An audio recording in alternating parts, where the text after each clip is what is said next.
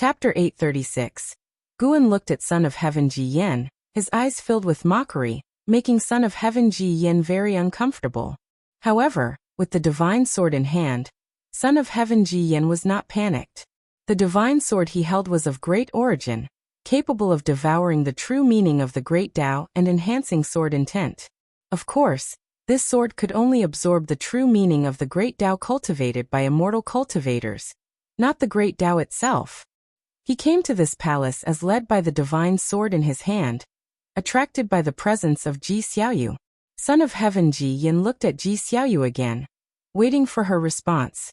Ji Xiaoyu could feel the malicious intent in his sword, yet she did not panic, for Guan was also here. She was more curious now. Could this child rely on the sword to take her life? She trusted Guan's judgment, just curious how this sword would kill her. My name is Ji Xiaoyu. May I know why the Son of Heaven has come to me? Ji Xiaoyu asked, her tone indifferent, her gaze calm. Her composure confused Son of Heaven Ji Yen, making him ask, since you know I am the Son of Heaven, why don't you take action? Why have I never seen you in the previous great battles? Because I dislike fighting. Ji Xiaoyu replied. This remark made Guan laugh. In the past, Ji Xiaoyu was a battle maniac on the path of the great Tao, and she still wished to have a good fight with him. Ji Xiaoyu glanced at him, making him immediately retract his smile. Son of Heaven Ji Yen raised his sword. The blade pointed at Ji Xiaoyu, and said, your companions were lured away by my avatar. No one will come to save you. It's just your fate to become my sword intent since you possess great destiny. As he spoke, his wrist twisted, and the sword blade rotated, unleashing a terrifying sword intent that rushed towards Ji Xiaoyu. Boom! The small table before Ji Xiaoyu turned to ashes, her robe billowed, her black hair flew, yet her eyebrows did not furrow, nor did she blink. Son of Heaven Ji Yan's pupils contracted. Following his gaze, there was an additional figure in front of the steps. It was Guan. Guan stood sidewise to Son of Heaven Ji Yen, blocking his sword intent. The vast sword intent caused Guan's robes to flutter continuously, his hair floated up, but it could not shake his posture. Son of Heaven Ji Yen frowned and asked, who are you? His heart surged with vigilance towards Guan, who seemed casual in his actions, but the sword intent he emitted was serious, and his moves were lethal. Guan glanced at Son of Heaven Ji Yen and said, even with me here, you should have precaution. Ji Xiaoyu's lips slightly curved upward and she said, you said I couldn't escape my fate. I am certainly no match for him. I can't let you come here for nothing. As the two conversed as if alone, Son of Heaven Ji Yan's eyes turned cold, and he immediately intensified his sword intent, causing the entire palace to tremble. Unfortunately, no matter how much he heightened his sword intent, he could not threaten Guan, and he felt as if facing the great Tao. No matter how much mana or sword intent he used, the great Tao could swallow his attack. This feeling sank his heart. After a few seconds, Son of Heaven Ji Yen sheathed his sword. Guan turned to him, eyes falling on the sword in his hand. This sword is extraordinary, crafted by a Xianqi primordial immortal, who is also among the celestial Tao venerable ranks. Indeed, celestial Tao venerables would support a Son of Heaven. Every Son of Heaven capable of causing trouble had a backing. Just who are you? Son of Heaven Ji Yen asked in a deep voice, certain he was no match for the other. /P The celestial spirit great world still hides such characters. Could he be from Wuxia? But Wuxia wouldn't engage in worldly conflicts. Guan replied, Son of Heaven, you may undergo your trials, but don't be too hasty or use rule-breaking powers. Upon hearing this, Son of Heaven Ji Yan's face turned grim. He was about to speak when Guan's voice rang out. Considering his favor, I won't kill you, but I will punish you slightly. With that, Guan suddenly swung his sleeve, and a fierce wind rose from the ground, rushing towards Son of Heaven Ji Yen. Everything happened too quickly for Son of Heaven Ji Yen to react. With a boom, he was thrown out like a beam of cold light rushing out of the palace. A terrifying force enveloped him, preventing him from steadying himself, sensing the scenery around him changing rapidly. He flew out of the little world, crashed through mountains, crossed rivers, and passed through clouds. His worldview shook violently. He collided against mountains, one after another, causing his chi blood to churn, his body unpleasant, forcing him to grit his teeth and tightly grip the sword in his hand. Sar the Novel Fire. Net ** website on Google to access chapters of novels early and in the highest quality. After a while he crashed into an incredibly solid mountain, bringing him to a halt, chi blood surging, a mouthful of reverse blood sprayed out. He felt all the mana within him dissipate. The world before him stopped shaking, becoming clear, and ahead lay a vast prairie, blue skies, white clouds, and a cloud sea split into two halves, seemingly cut by a sharp sword. He was embedded into an incredibly majestic mountain, appearing like a heavenly wall compared to the mountains on either side. Smooth mountain walls with little flora but dense forests atop. This mountain stood at least 10,000 feet tall, utterly magnificent. Son of Heaven Ji Yin was horrified to find he could not rise. An unimaginable invisible force pressed him, unable even to shatter the mountain behind. In 500 years, you will be able to free yourself. You can see how people will speak of you 500 years later. Gu An's voice reached his ears, causing his expression to turn fearful. You can't do this. Son of Heaven Ji Yin gritted his teeth, finally roaring in anger. Meanwhile, on the other side of the world, in the palace, Gu An's robe was still fluttering. Ji Xiaoyu stood up, looked into the distance and asked, "What is that mountain? Why haven't I seen it before?" Guan retracted his sleeves, turned to her, and smiled. Just built for him. Ji Xiaoyu was secretly astonished. She could also create a mountain, but doing so like Guan while simultaneously taking action and creating a mountain without causing much commotion was beyond her ability. Sealing Son of Heaven Ji Yin with a single mountain. The power contained within was unimaginable. 500 years is an imitation of your Sun Wukong novel, isn't it? Ji Xiaoyu asked, clearly teasing, yet asking seriously. Guan laughed. Just came to mind. He turned and walked toward the palace door. Aren't you afraid of trouble? Ji Xiaoyu pursued. 500 years later, Son of Heaven Ji Yin might cause greater trouble upon his return. Without looking back, Guan replied, he doesn't count as trouble in my eyes. You said you wouldn't involve yourself in worldly struggles. Would this be considered an exception? Faced with Ji Xiaoyu's inquiry, Guan did not answer, quickly disappearing from the hall. Ji Xiaoyu sat down again, her gaze towards the distance. She could see many great powers across the world flying towards the mountain-sealing Son of Heaven Ji Yin. If you find any errors, ads pop up, ads redirect, broken links, non-standard content, etc., please let us know. Report so we can fix it as soon as possible. Chapter 837. Heavenly Suppressing Heroic Peak. The Son of Heaven Ji Yin has been suppressed. This news was like a bombshell, shaking the world. The speed at which it spread was unprecedented. All beings thought that a catastrophe was imminent, but unexpectedly, the Son of Heaven was suppressed. Without the Son of Heaven, the Son of Heaven's forces were far from enough to shake the foundation of the Heavenly Spirit Tao Alliance. Various forces began to investigate the news and dispatch cultivators to verify its authenticity. The giant peak suppressing the Son of Heaven Ji Yin also got a name, known as the Heavenly Suppressing Heroic Peak. Not even half a day after the Son of Heaven Ji Yin was suppressed, a great cultivator arrived nearby. In the days that followed, more and more cultivators came. His subordinates also came to see him, even trying to rescue him, but unfortunately, no matter what methods they used, they couldn't pull him out of the mountain wall or destroy the Heavenly Suppressing Heroic Peak. He became a joke of the world, his pride crushed. He had undergone many reincarnations, all successful before, smoothly sailing in each life, never finding himself in such a predicament even when facing strong enemies. Not only was he humiliated by his enemies, but he also lost hope of victory. Coming to the celestial spirit great world, he felt unprecedented difficulties. The Heavenly Spirit Tao Alliance was too tenacious for him to defeat quickly. Now he was encountered by Ancestor Master Wuxia, who would suppress him for 500 years. 500 years. The force he had built single-handedly would surely be uprooted by the Heavenly Spirit Tao Alliance.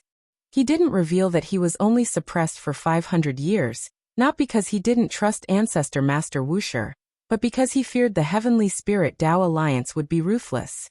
Moreover, he wanted to see how his recruited subordinates and the people viewed him. On the mountain wall, The son of heaven Jie hung his head, his white hair scattered like dried grass, motionless as if already dead. At this moment, his heart was filled with anger and unwillingness. He resented everything, resented Ancestor Master Wuxia, and resented himself. He could be sure that his suppressor was Ancestor Master Wuxia. Only Ancestor Master Wuxia had such skill. He hated himself for overly relying on his sword. Despite things feeling off at the time, he still attacked the female alliance leader. The son of heaven Jia Yan's mood grew increasingly gloomy. In the distance, a group of great cultivators from the Heavenly Spirit Tao Alliance watched him from afar, their brows furrowed, not laughing openly like other cultivators. Although he's been suppressed, we simply cannot kill him. Over time, his hatred towards the Heavenly Spirit Tao Alliance will only deepen. Indeed, but who exactly suppressed him? Does the Heavenly Spirit Tao Alliance hide a presence we're unaware of? He was struck from Alliance leader Jis Little World. Perhaps we could ask her. Though he's an enemy, watching him humiliated like this, I can't help but feel uneasy.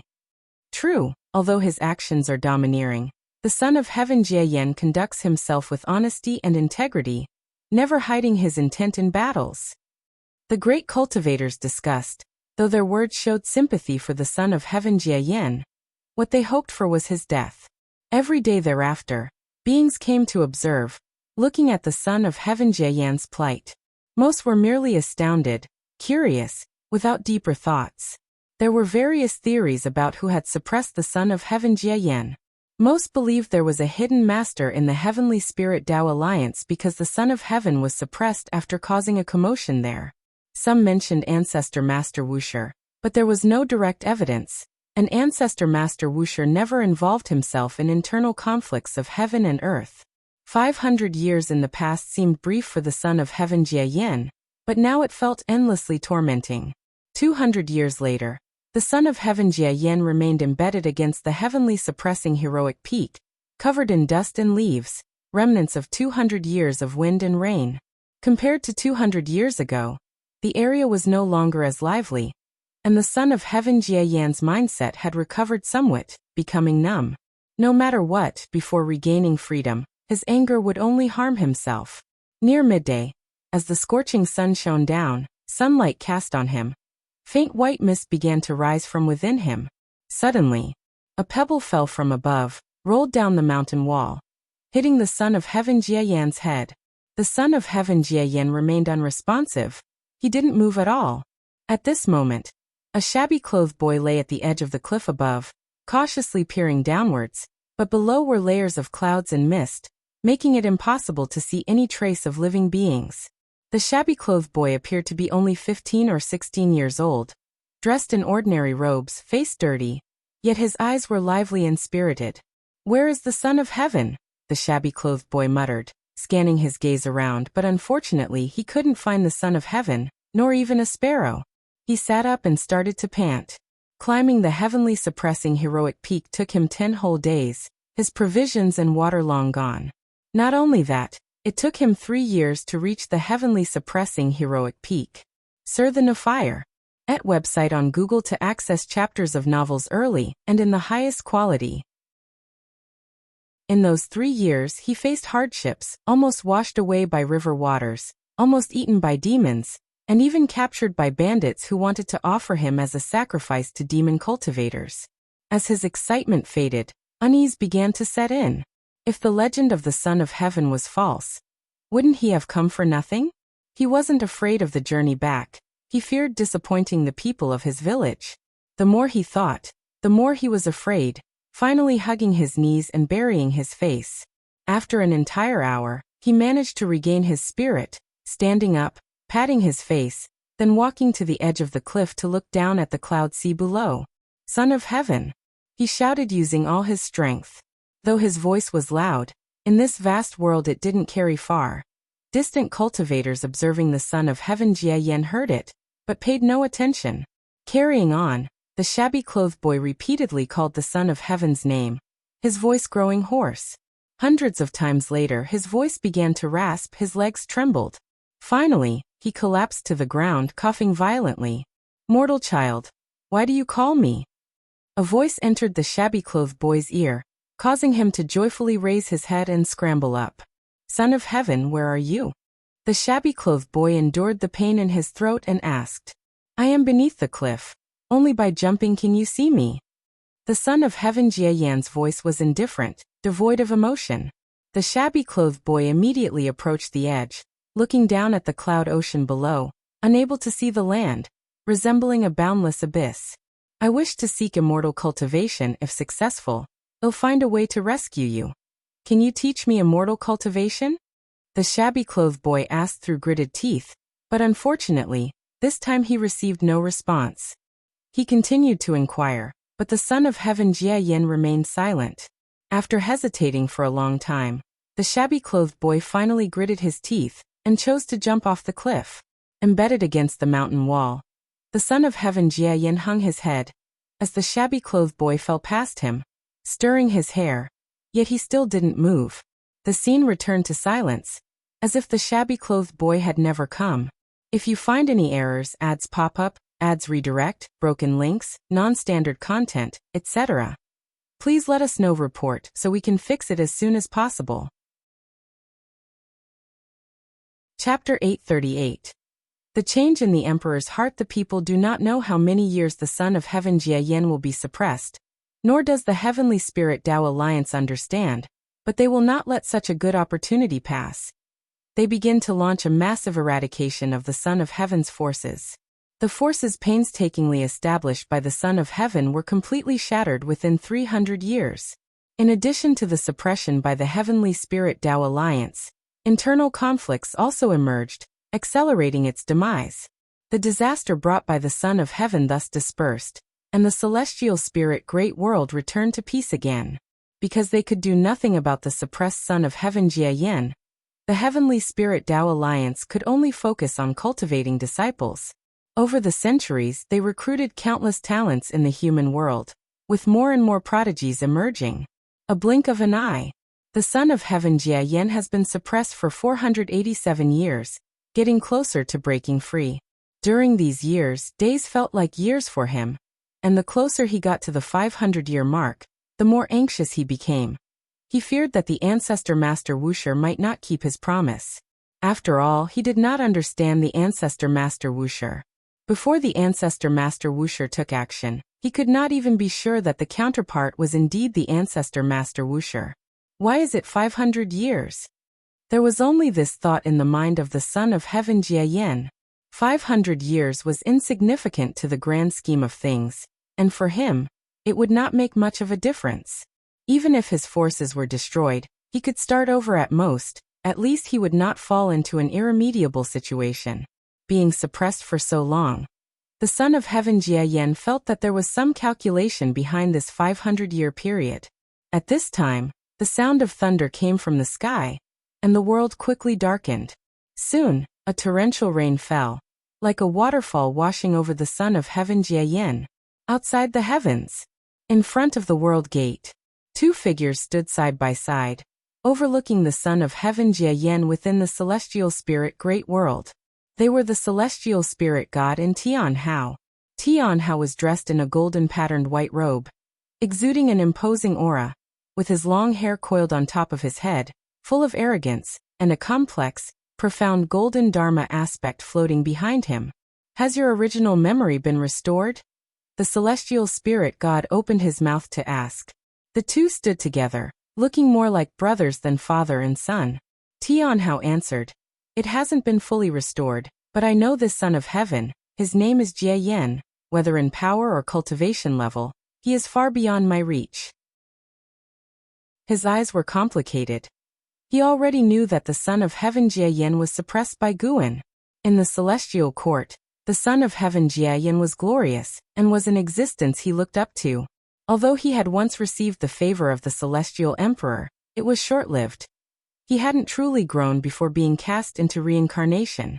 However, thinking of the recent struggles in the celestial court, he felt that the Son of Heaven Jie Yin might have turned misfortune into fortune, possibly escaping a disaster. Tian Hao glanced at the celestial spirit God and asked, Did you inform my master of my return in advance? In this lifetime, he already understood his identity, but with the memories of many lifetimes, he could not bring himself to call the celestial spirit god father. Only the celestial emperor was worthy of such a title. The celestial spirit god did not dare to hope for a father-son relationship, so he didn't mind his attitude. I informed him and he agreed. The celestial spirit god replied. Speaking of this matter, there was a hint of emotion in his heart. He underestimated the ancestor Master Wuxi's affection for Tian Hao. Even when facing the threat of the celestial court, the ancestor Master Wuxia was willing to protect Tian Hao. To ease the relationship with the celestial court, the ancestor Master Wuxia sent his own disciple into the celestial court, and the painstakingly established relationship might be severed because of this. The son of heaven Taishang, who ruled over the celestial court, was not someone Yang Jian or the eternal life venerable could control. One could even say, whether the eternal life venerable could persist in the presence of the son of heaven Taishang was still an unknown. Hearing the celestial spirit god's answer, Tian Hao breathed a sigh of relief, then both fell into silence. After a long while the celestial spirit god took the initiative to speak. Go to the human world to find a place to cultivate. All right. Tian Hao then disappeared from the spot. The celestial spirit god looked in the direction of the celestial spirit great world, a smile appearing on his face. Although the crisis pressure brought by the celestial court was immense, the people he cared about were right before him. This was happiness for him. On the other side, Guan was teaching Su Han to practice sword techniques within the Daoist field of the beginningless. The two stood in the peach blossom forest, where the sight of fallen peach blossoms scattered on the ground made for a vivid and beautiful scenery. Curiously, Su Han asked, Ancestor, the 500-year period is approaching. If that son of heaven starts to bring calamity to the human world again, what should be done? When the news of the son of heaven being suppressed reached within the beginningless, he immediately sought out Guan. Guan did not hide anything and told him the truth, which excited him for a long time. Though Su Han was a bit jumpy, he kept his mouth shut tight. The information he gathered from Guan would not be spread out, not even to Zhen Qin, which was why Guan was willing to continue telling him things. Although he has a strong sense of purpose and doesn't concern himself much with all living beings, as the son of heaven, he has his pride. He wouldn't deliberately bring calamity to the populace. Guan replied softly, while swinging the wooden sword in his hand, patting it on Su Han's waist. Su Han quickly adjusted his posture and continued practicing the sword techniques. He was secretly amazed. He was not an ordinary person, yet practicing sword techniques in an ordinary way brought great results. With casual pointers from the ancestor, he gained not only sword techniques but also sword intent and understanding of sword Dao. It was truly incredible. Su Han was even thinking, would even the most mediocre person become a genius by cultivating under the ancestor? Thus, Su Han began to concentrate on practicing his sword techniques. Though he might seem carefree, he was very aware. All the Wuxia disciples envied his treatment. The ancestor, while scolding him, actually cared a lot for him. Even if it was for the ancestor, he must strive to succeed. Listening to Su Han's inner voice, the corner of Guan's mouth lifted slightly, and he softly said, At last you have a bit of his demeanor. His demeanor?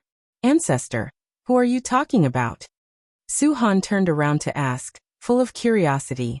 Guan gave him a look, exasperatedly saying, Just praised you, and you're distracted again.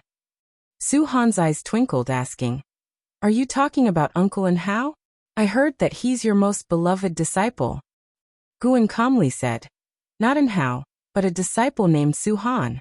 Your master named you Su Han because she had a deceased senior brother. Hearing this, Su Han's eyes widened, and he quickly inquired, Another Su Han? Why didn't my master tell me? Can you tell me about him? Believing the time was right, Guan began to tell Su Han's story. Listening while practicing sword techniques, Su Han's mood became heavy because the life of that Su Han was indeed very bitter. However, upon hearing that Su Han took a wrongful path, he couldn't help but frown. He did not agree with Su Han's choices. Once Guan finished, Su Han fell into silence.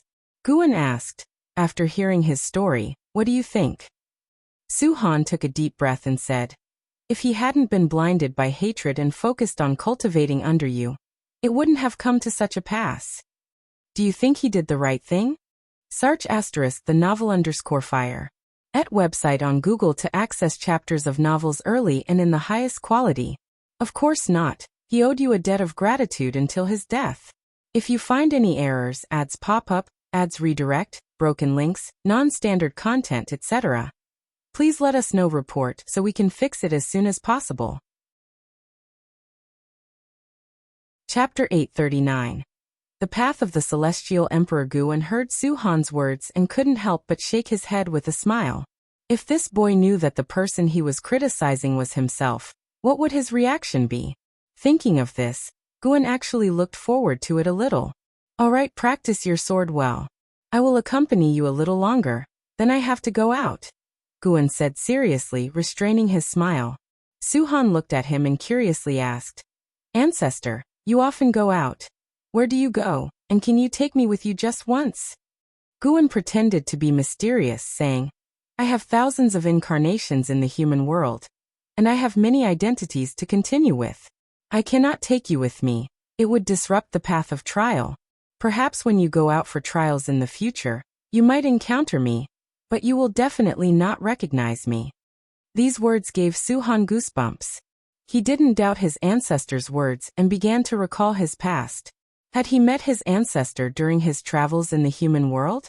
He subconsciously looked up, just in time to meet Guan's meaningful gaze, and couldn't help but shiver. Guan raised his wooden sword and continued to correct Su-han's sword technique, forcing him to withdraw his gaze. The mundane days continued. Su-han practiced cultivation every day. Although he did not experience any major upheavals, he did not find it boring at all. In the simplicity of life, being able to continuously grow stronger was what he considered the most blissful life. As time went by, the 500-year period of Son of Heaven Jie Yin finally arrived. On this day, the weather was clear, and the celestial vault was cloudless for miles.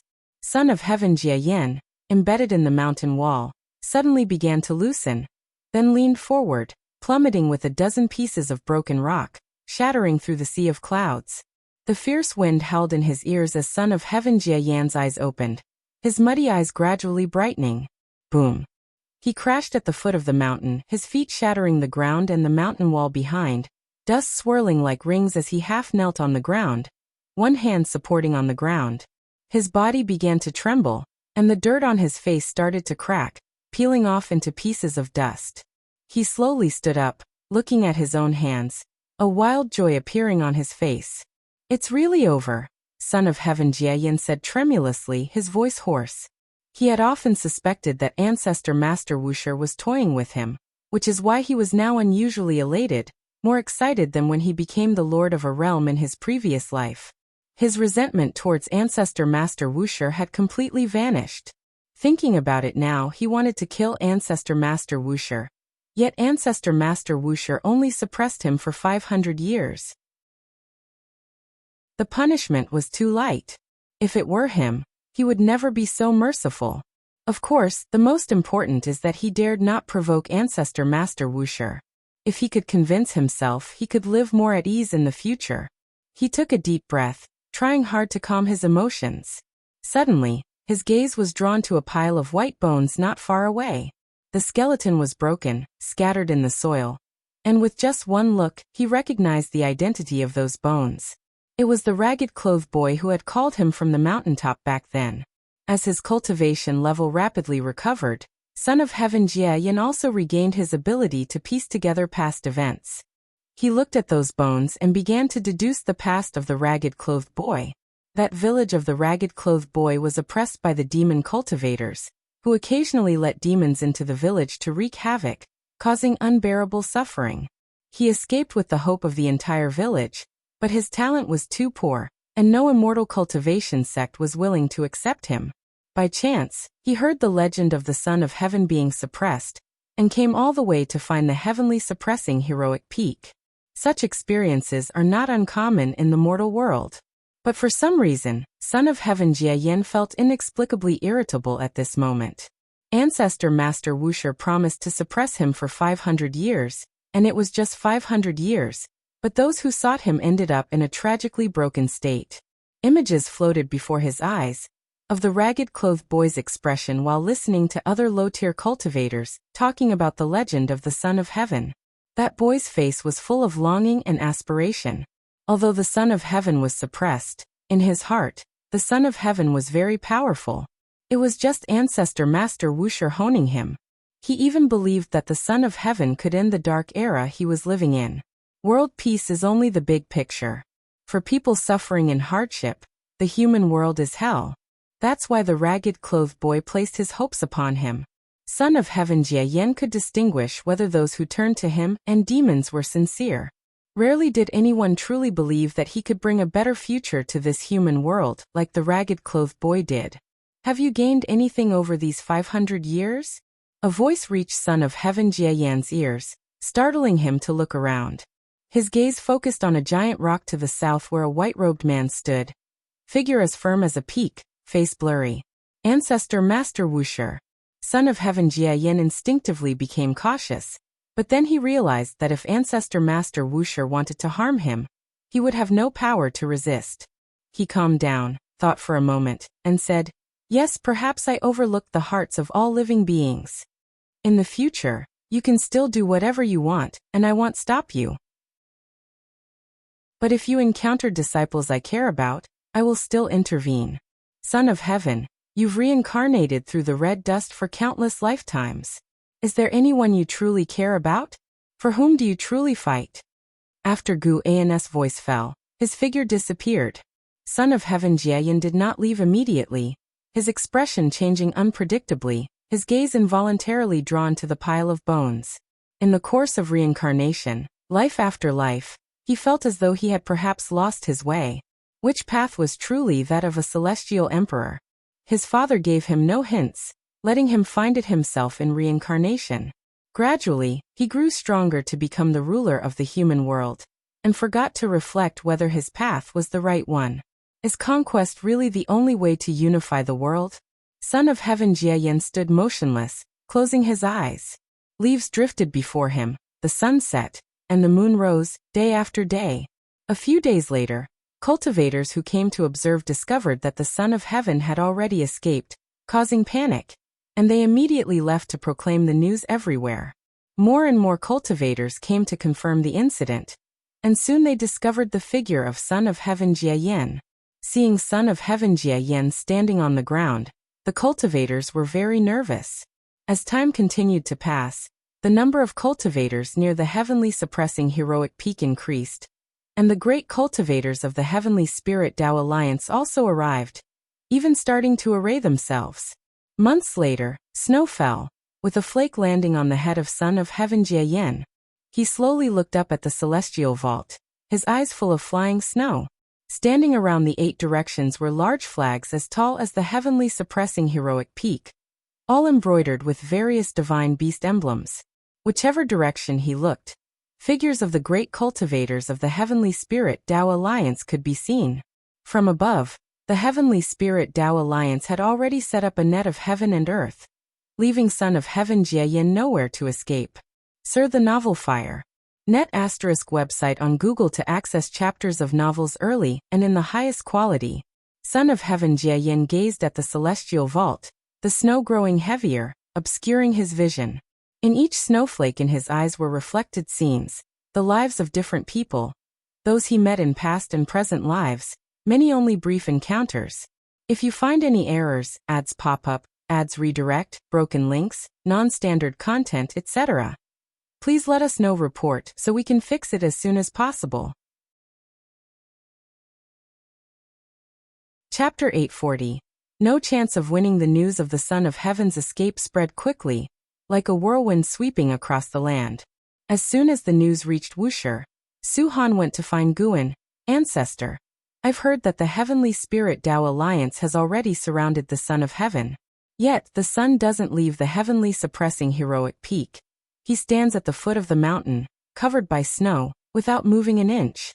What is he trying to do? Su-Han looked at Guan, who was sitting on the steps, and asked curiously. Guan was carving a bamboo sword and casually replied, "The mind resides within the chest. Who knows what he's thinking if he doesn't speak?" Su-Han wanted to ask more, but Guan glanced at him and said, You seem quite idle. Would you like me to arrange some tasks for you? Upon hearing this, Su-han's eyes lit up and he quickly asked, what tasks? Being able to do something for Ancestor made him happy, and he was even somewhat impatient. Return to the Heavenly Spirit Tao Alliance and check on your grandfather. He's recently encountered some troubles. Guan replied, saying this as he blew away the bamboo shavings from the sword, and then handed the bamboo sword to Su-han. Take it to your grandfather. Su-han took the sword and frowned, asking, Ancestor, what trouble has my grandfather encountered? You'll know once you return. Guan did not reveal any information, which made Su-han even more anxious. He immediately performed a ritual before turning away. After Su-han departed, Guan stood up, stretched lazily, and raised his hand to catch a falling bamboo leaf. As he held the bamboo leaf, his thoughts drifted. The matter concerning the Son of Heaven Jia temporarily came to an end. The reason for enlightening the Son of Heaven Jia was because Guan discovered something peculiar while deducing Jia reincarnation path. It was a fortune too obscure to describe. The path to sainthood. The Son of Heaven Jia seemed to be walking the path of the Celestial Emperor, but he wasn't. The road he walked was guided by the Celestial Emperor, which indicated that the Celestial Emperor was also seeking the path to sainthood. What exactly is a saint? Besides breakthroughs in cultivation realm, Guan believes that one also needs breakthroughs in Tao heart. How to make a breakthrough in Tao heart? Enlightenment? Or like the Tao fruit, generate one's own power? Guan stood there and began to ponder. Sarthanafire. At website on Google to access chapters of novels early and in the highest quality. The heavens and earth alternated between light and shadow, the seasons changed, and it wasn't until the spring of the next year that he regained his senses. He only grasped a bit of sensation, unable to fully comprehend it for the time being, so he could only set it aside. He still had to harvest the mature medicinal herbs. He wondered if relying on lifespan to constantly enhance cultivation techniques could lead to the discovery of the Holy Tao. Anyway, with lifespan still accumulating, Guan wasn't anxious. Once he had sufficient lifespan, he would focus on crazily improving both cultivation techniques and physique. When these two conditions reached their peak, they would inevitably bring him surprises. Guan turned and walked into the bamboo forest, where the sunlight was bright and the celestial vault was magnificent, just like this world, always in tranquility. Time flew by like a shuttle, and years passed like arrows. 1,000 years passed. The human world remained peaceful after the Son of Heaven Jia left the seal of the heavenly suppressing heroic peak. Initially, the people of the world worried that he would again cause upheaval, but as time went on, they gradually forgot about the Son of Heaven Jia. Without the threat of the Son of Heaven, the Heavenly Spirit Tao Alliance reconsolidated its ruling position, vigorously developing beyond the heavens, exploring other great thousand worlds, and the Celestial Spirit Great World seemed to enter a period of rapid development again. In that year, Heavenly Suppressing Heroic Peak saw heavy snow again, blanketing the world in a vast whiteness. At the foot of the mountain, the tattered clothes of the Son of Heaven Jia leaned against the mountain wall. Beside him lay a reconstructed skeleton, also in a sitting posture. Looking in the direction towards which the Son of Heaven Jia faced, a silhouette could be seen walking towards him amidst the vast snow, faintly gleaming with golden light. As the figure approached, he revealed his true form. It was Tian Hao. He still exuded that impressive demeanor, with Dharma aspect apparent behind him, resembling a divine monarch descended from heaven. Tian Hao looked at the current state of the Son of Heaven Jia with a gaze filled with peculiar colors, stopping 10 feet away to look at him. The aura of the Son of Heaven. I wonder which imperial brother has arrived. The Son of Heaven Jia said without opening his eyes, his tone calm. Tian Hao replied, if it's a matter of the identity of the Son of Heaven, I am called Xianqing. Upon hearing this, the Son of Heaven Jia opened his eyes, his gaze cold, examining Tian Hao, and mockingly said, Emperor Xianqing?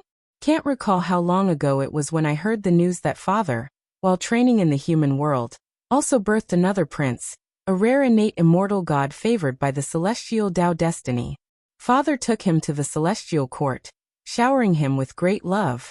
Alas, This son did not cherish it and actually criticized father's political governance, leading to being cast into reincarnation, never to reincarnate. Upon seeing you today, indeed, father loves doing things that contradict his words. He's even left you a path. Tian Hao's expression remained calm as he spoke. Father has also left you a path. In fact, he's left a path for every son of heaven. Some can see it clearly and strive diligently, while others cannot and perish in resentment. The son of heaven Jia Yin closed his eyes again. Tian Hao cast a glance at the skeleton beside the son of heaven Jia Yin, immediately seeing through the past of that skeleton, making his expression softer. Tai Shang wants to eradicate us. Tian Hao spoke again. The son of heaven Jia Yan's brows furrowed momentarily, then relaxed.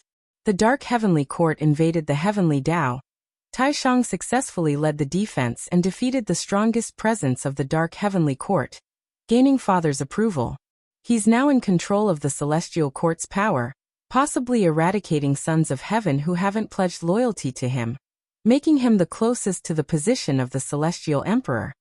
Tian Hao continued speaking, his expression unchanged. The son of heaven Jia Yin snorted coldly. Even those sons of heaven who pledge loyalty to him will be eradicated. Father once told me that Tai Shang is the most like him, the most suitable son of heaven to become the celestial emperor. Father has no siblings living. Tian Hao said, since we've both come to the celestial spirit great world, we're linked by fate. Let's join forces. Your reincarnation trial should be concluded. During your years in reincarnation, significant changes have occurred in the celestial court. The son of heaven Jia Yin remained silent, no longer responding. Tian Hao didn't continue speaking but instead stood there waiting. The snow kept falling continuously, as if wanting to bury the entire heaven and earth.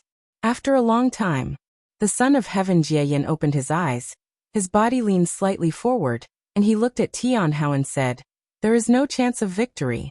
His power is already unbeatable. Now in possession of the celestial court's power, he will surely absorb the celestial Tao destiny. Facing him leads to no good outcome. Even with a powerful presence like Ancestor Master Wuxia assisting us, there would be no chance of victory. Perhaps Ancestor Master Wuxia foresaw the current situation long ago, which is why he distanced himself from the celestial court. Tian Hao stared at the son of heaven Jia Yin and asked, no chance of victory, so sit and wait for death? Calmly seek enlightenment, and fleeing into chaos someday might be a path to life. I never expected the once unyielding son of heaven Jia Yin to fear Tai Shang like this. Tian Hao mocked him, his tone filled with disdain. The son of heaven Jia Yin stared at him, eerily saying, kid, even if you find father, you might not be able to turn the tide. Do you know why father delegated power to him? If you find any errors, ads pop up, ads redirect, broken links, non-standard content, etc., please let us know report so we can fix it as soon as possible. Chapter 841. Sweeping across the heavens. What do you mean? Are you saying he already has the power to rival father? Tian Hao frowned and asked, his tone suddenly turning colder. After regaining his memories, his feelings for the celestial emperor returned to their original state, filled with resentment and dissatisfaction, but undeniably, the celestial emperor was the most powerful existence in his heart. Even his master Guan could not compare. Guan secluded himself here, surely with some unspeakable secret. While the celestial emperor is high above, overlooking all beings, none can shake his dominion. Son of heaven Jia Yin remained unfazed and replied, you don't understand father enough. Before Tai Shang, no son of heaven had wielded the power of the celestial court. If father gets angry, even the celestial Tao venerable would be stripped of the immortal position.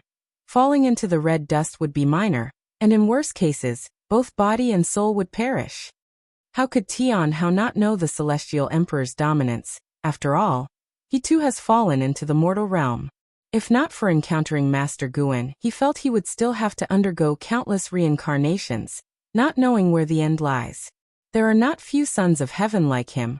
Within all heavens and myriad realms, many sons of heaven rise and fall, not to mention the errant immortal gods. The thought of the number of heavenly court immortals brings an immense pressure upon Tian Hao. They not only have to face the son of heaven Taishang, but also the entirety of the celestial court's power. If Taishang truly has power not inferior to the celestial emperor, then they indeed have no chance of victory. The two fell into silence once more. Son of heaven Jia Yin closed his eyes again, continuing his enlightenment. Tian Hao turned around, preparing to leave, but just as he was halfway turned, he suddenly asked, "Are you staying here because of that mortal child?" "I am only contemplating the true path I should take. Since you and I are brothers, let me advise you. If you cannot resist Taishang, why not distance yourself from the celestial court? Spend the remaining time on enlightenment. Perhaps when you find your own road, you will see a path to life." Son of heaven Jia Yin replied with his eyes closed, his tone more gentle than before. Tian Hao gave him a meaningful look, then turned and left, heading back the way he came, soon disappearing into the vast white snow. The snow continued falling, landing on Son of heaven Jia Yin. Day by day, Son of heaven Jia Yin was buried by the snow, merging with the world as one. The internal strife of the celestial court did not affect the 3,000 great worlds, where their own stories were unfolding. This year, a peerless genius emerged on the path of the great Tao, cultivating both as a Taoist emperor and a primordial Tao emperor. When the unbeaten emperor ancestor from the primordial emperor domain visited Guan, he mentioned this genius, saying that in his lifetime he had never seen such a formidable genius. Even in the primordial emperor domain, it was absolutely unprecedented in history. The two of them were having tea in an inn on the Nine-Spirit continent, and the unbeaten emperor ancestor was endlessly talking about that genius, while Guan listened with interest, like hearing a story. The nearby tables of guests were also drawn to the unbeaten emperor ancestor's words. The terms coming out of this old man's mouth sounded quite formidable. As for Guan, they were not too curious. Even if the Nine-Spirit continent was shrouded by a dojo, few had seen Guan's true appearance. Emperor Xian has already declared that he wants to challenge all the strong of the 3,000 great worlds, and then wage war on the primordial emperor domain, Misty Immortal Court, Ling Mountain, and other extraordinary domains. Truly arrogant, yet there are many forces that support him, and several emperor clans in the primordial emperor domain want to recruit him and absorb his bloodline.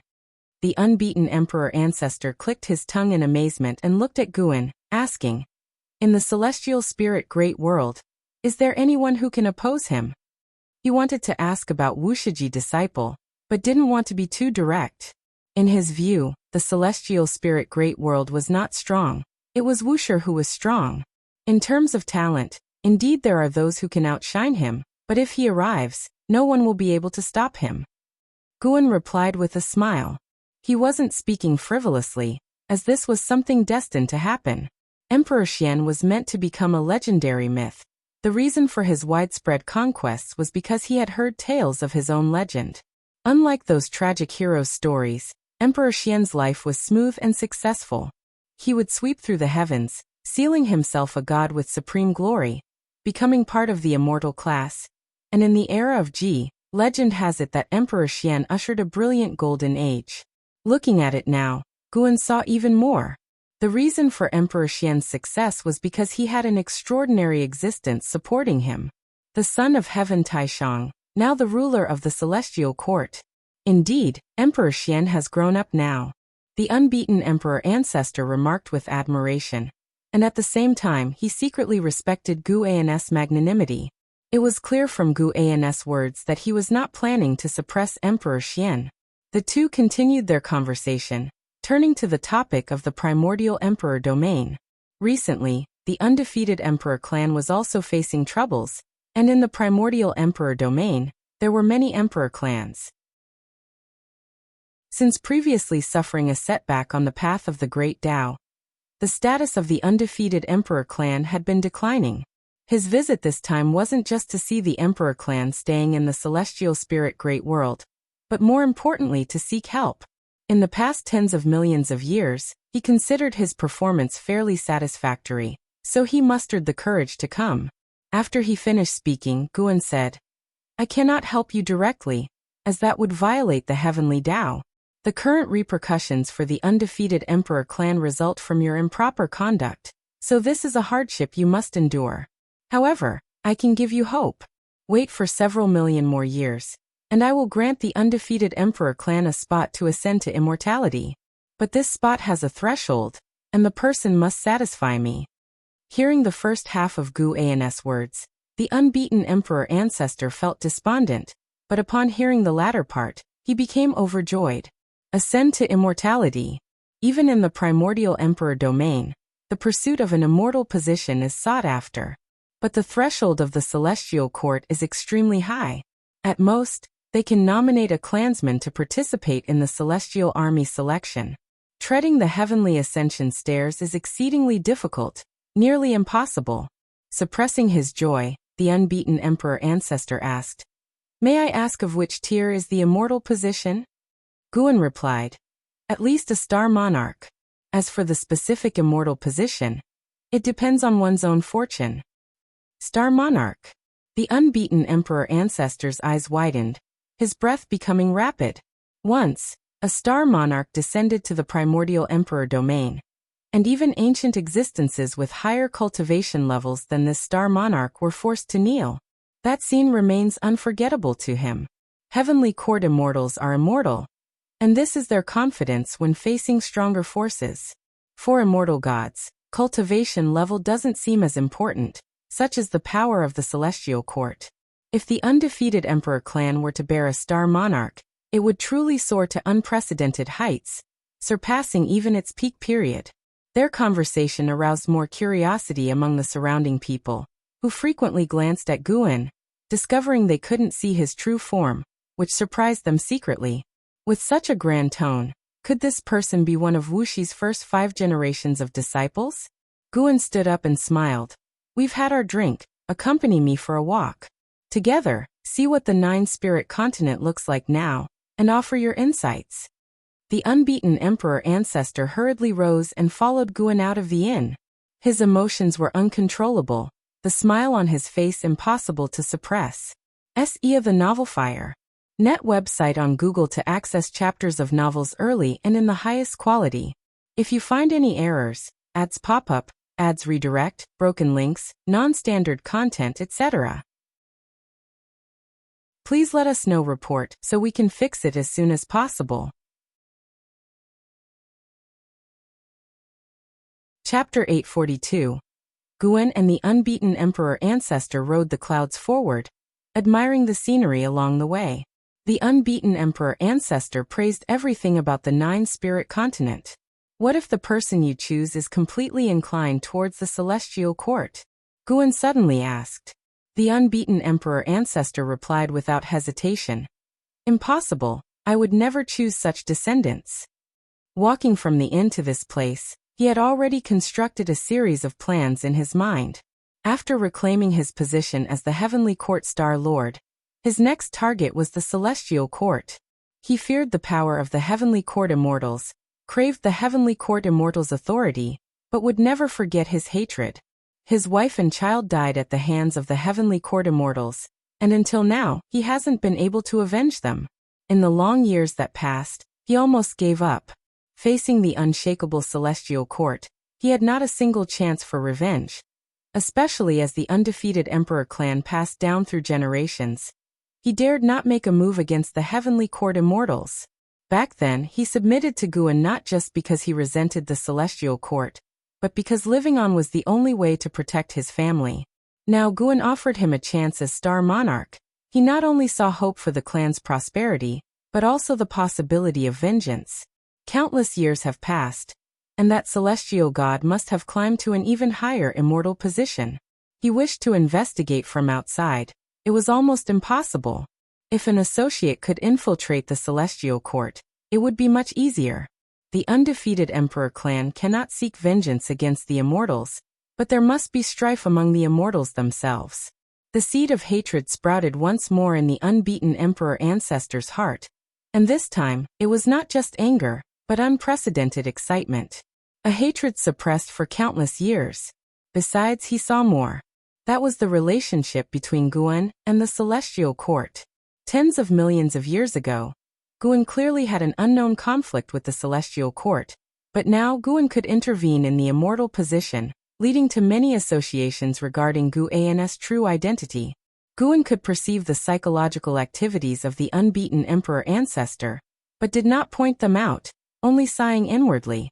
Even though the unbeaten emperor ancestor possessed the immortal emperor's eye, he could not see through the terrifying nature of the heavenly Tao. The human heart is fragile in the face of the heavenly Tao. After that, Guan spoke no more, shifting the topic to the cities along the way. Guan had his own considerations in wanting the undefeated emperor clan members to ascend to immortality, because he saw that the clan would give birth to a second pair of immortal emperor's eyes. Why the immortal emperor's eyes were dreaded by the celestial court, Guan still couldn't discern, because the cause and effect of the immortal emperor's eyes had been severed, leaving no trace within the celestial court. 8 million years later, the human world acquired a new visage, the son of heaven and earth, Guan Tianyu, of the heavenly spirit Tao alliance, fully matured. Although a profound Yuan-free immortal, he could challenge a Luotian-free immortal without defeat, shaking the universe. The name Guan Tianyu spread throughout the land, even Qi cultivation realm cultivators discussing his might. In the eyes of the world, Guan Tianyu was already number one. However, the good times did not last long, as the celestial spirit Great World received an unexpected guest. It was none other than Emperor Xian, who combined the Taoist Emperor and Primordial Tao Emperor titles, arriving through the World Gate, with the celestial spirit god not obstructing him. If he infiltrated the celestial spirit Great World, he would be captured and exterminated by the celestial spirit god. Emperor Xian called out to the entire celestial spirit Great World, attracting all the great cultivators to battle in outer heaven. The heavenly spirit Tao alliance, as the heavenly sovereign, naturally led, but unfortunately, news of consecutive defeats reached within the universe, causing all living beings great unease. If such a formidable existence was to invade the celestial spirit Great World, it would spell an apocalypse. In the summer of this year, search * the Nell Fire NT website on Google to access chapters of novels early and in the highest quality. At the foot of the heavenly suppressing heroic peak, the son of heaven Jia Yin was meditating and cultivating, a skeleton still by his side, just it became more natural than before, showing no signs of having been shattered, and was identical in posture to him. Now the human world no longer paid attention to him, including the heavenly spirit Tao alliance, which ever since Guan Tianyu matured, completely ceased to surveil him. Boom! A deafening roar came from the sky. The son of heaven Jia Yin looked up to see a golden rainbow light appeared in the celestial vault, akin to a dandelion in bloom, followed by a meteor wrapped in fiery flames streaking across the celestial vault, falling beyond the horizon. Master, what's happening in outer heaven? Why doesn't it settle down? A voice came from beside him. The talking skeleton, its voice identical to the cloth-clad youth back then. The son of heaven Jia Yin replied, "It's just people in combat. Don't worry, the heavens won't collapse." Is it that self-proclaimed Emperor Xian fighting? Yes. It's been so long he hasn't been defeated yet? Master, will it be your turn to fight one day? You are the son of heaven, you must be the strongest in the world. If I was the strongest, I wouldn't be suppressed here.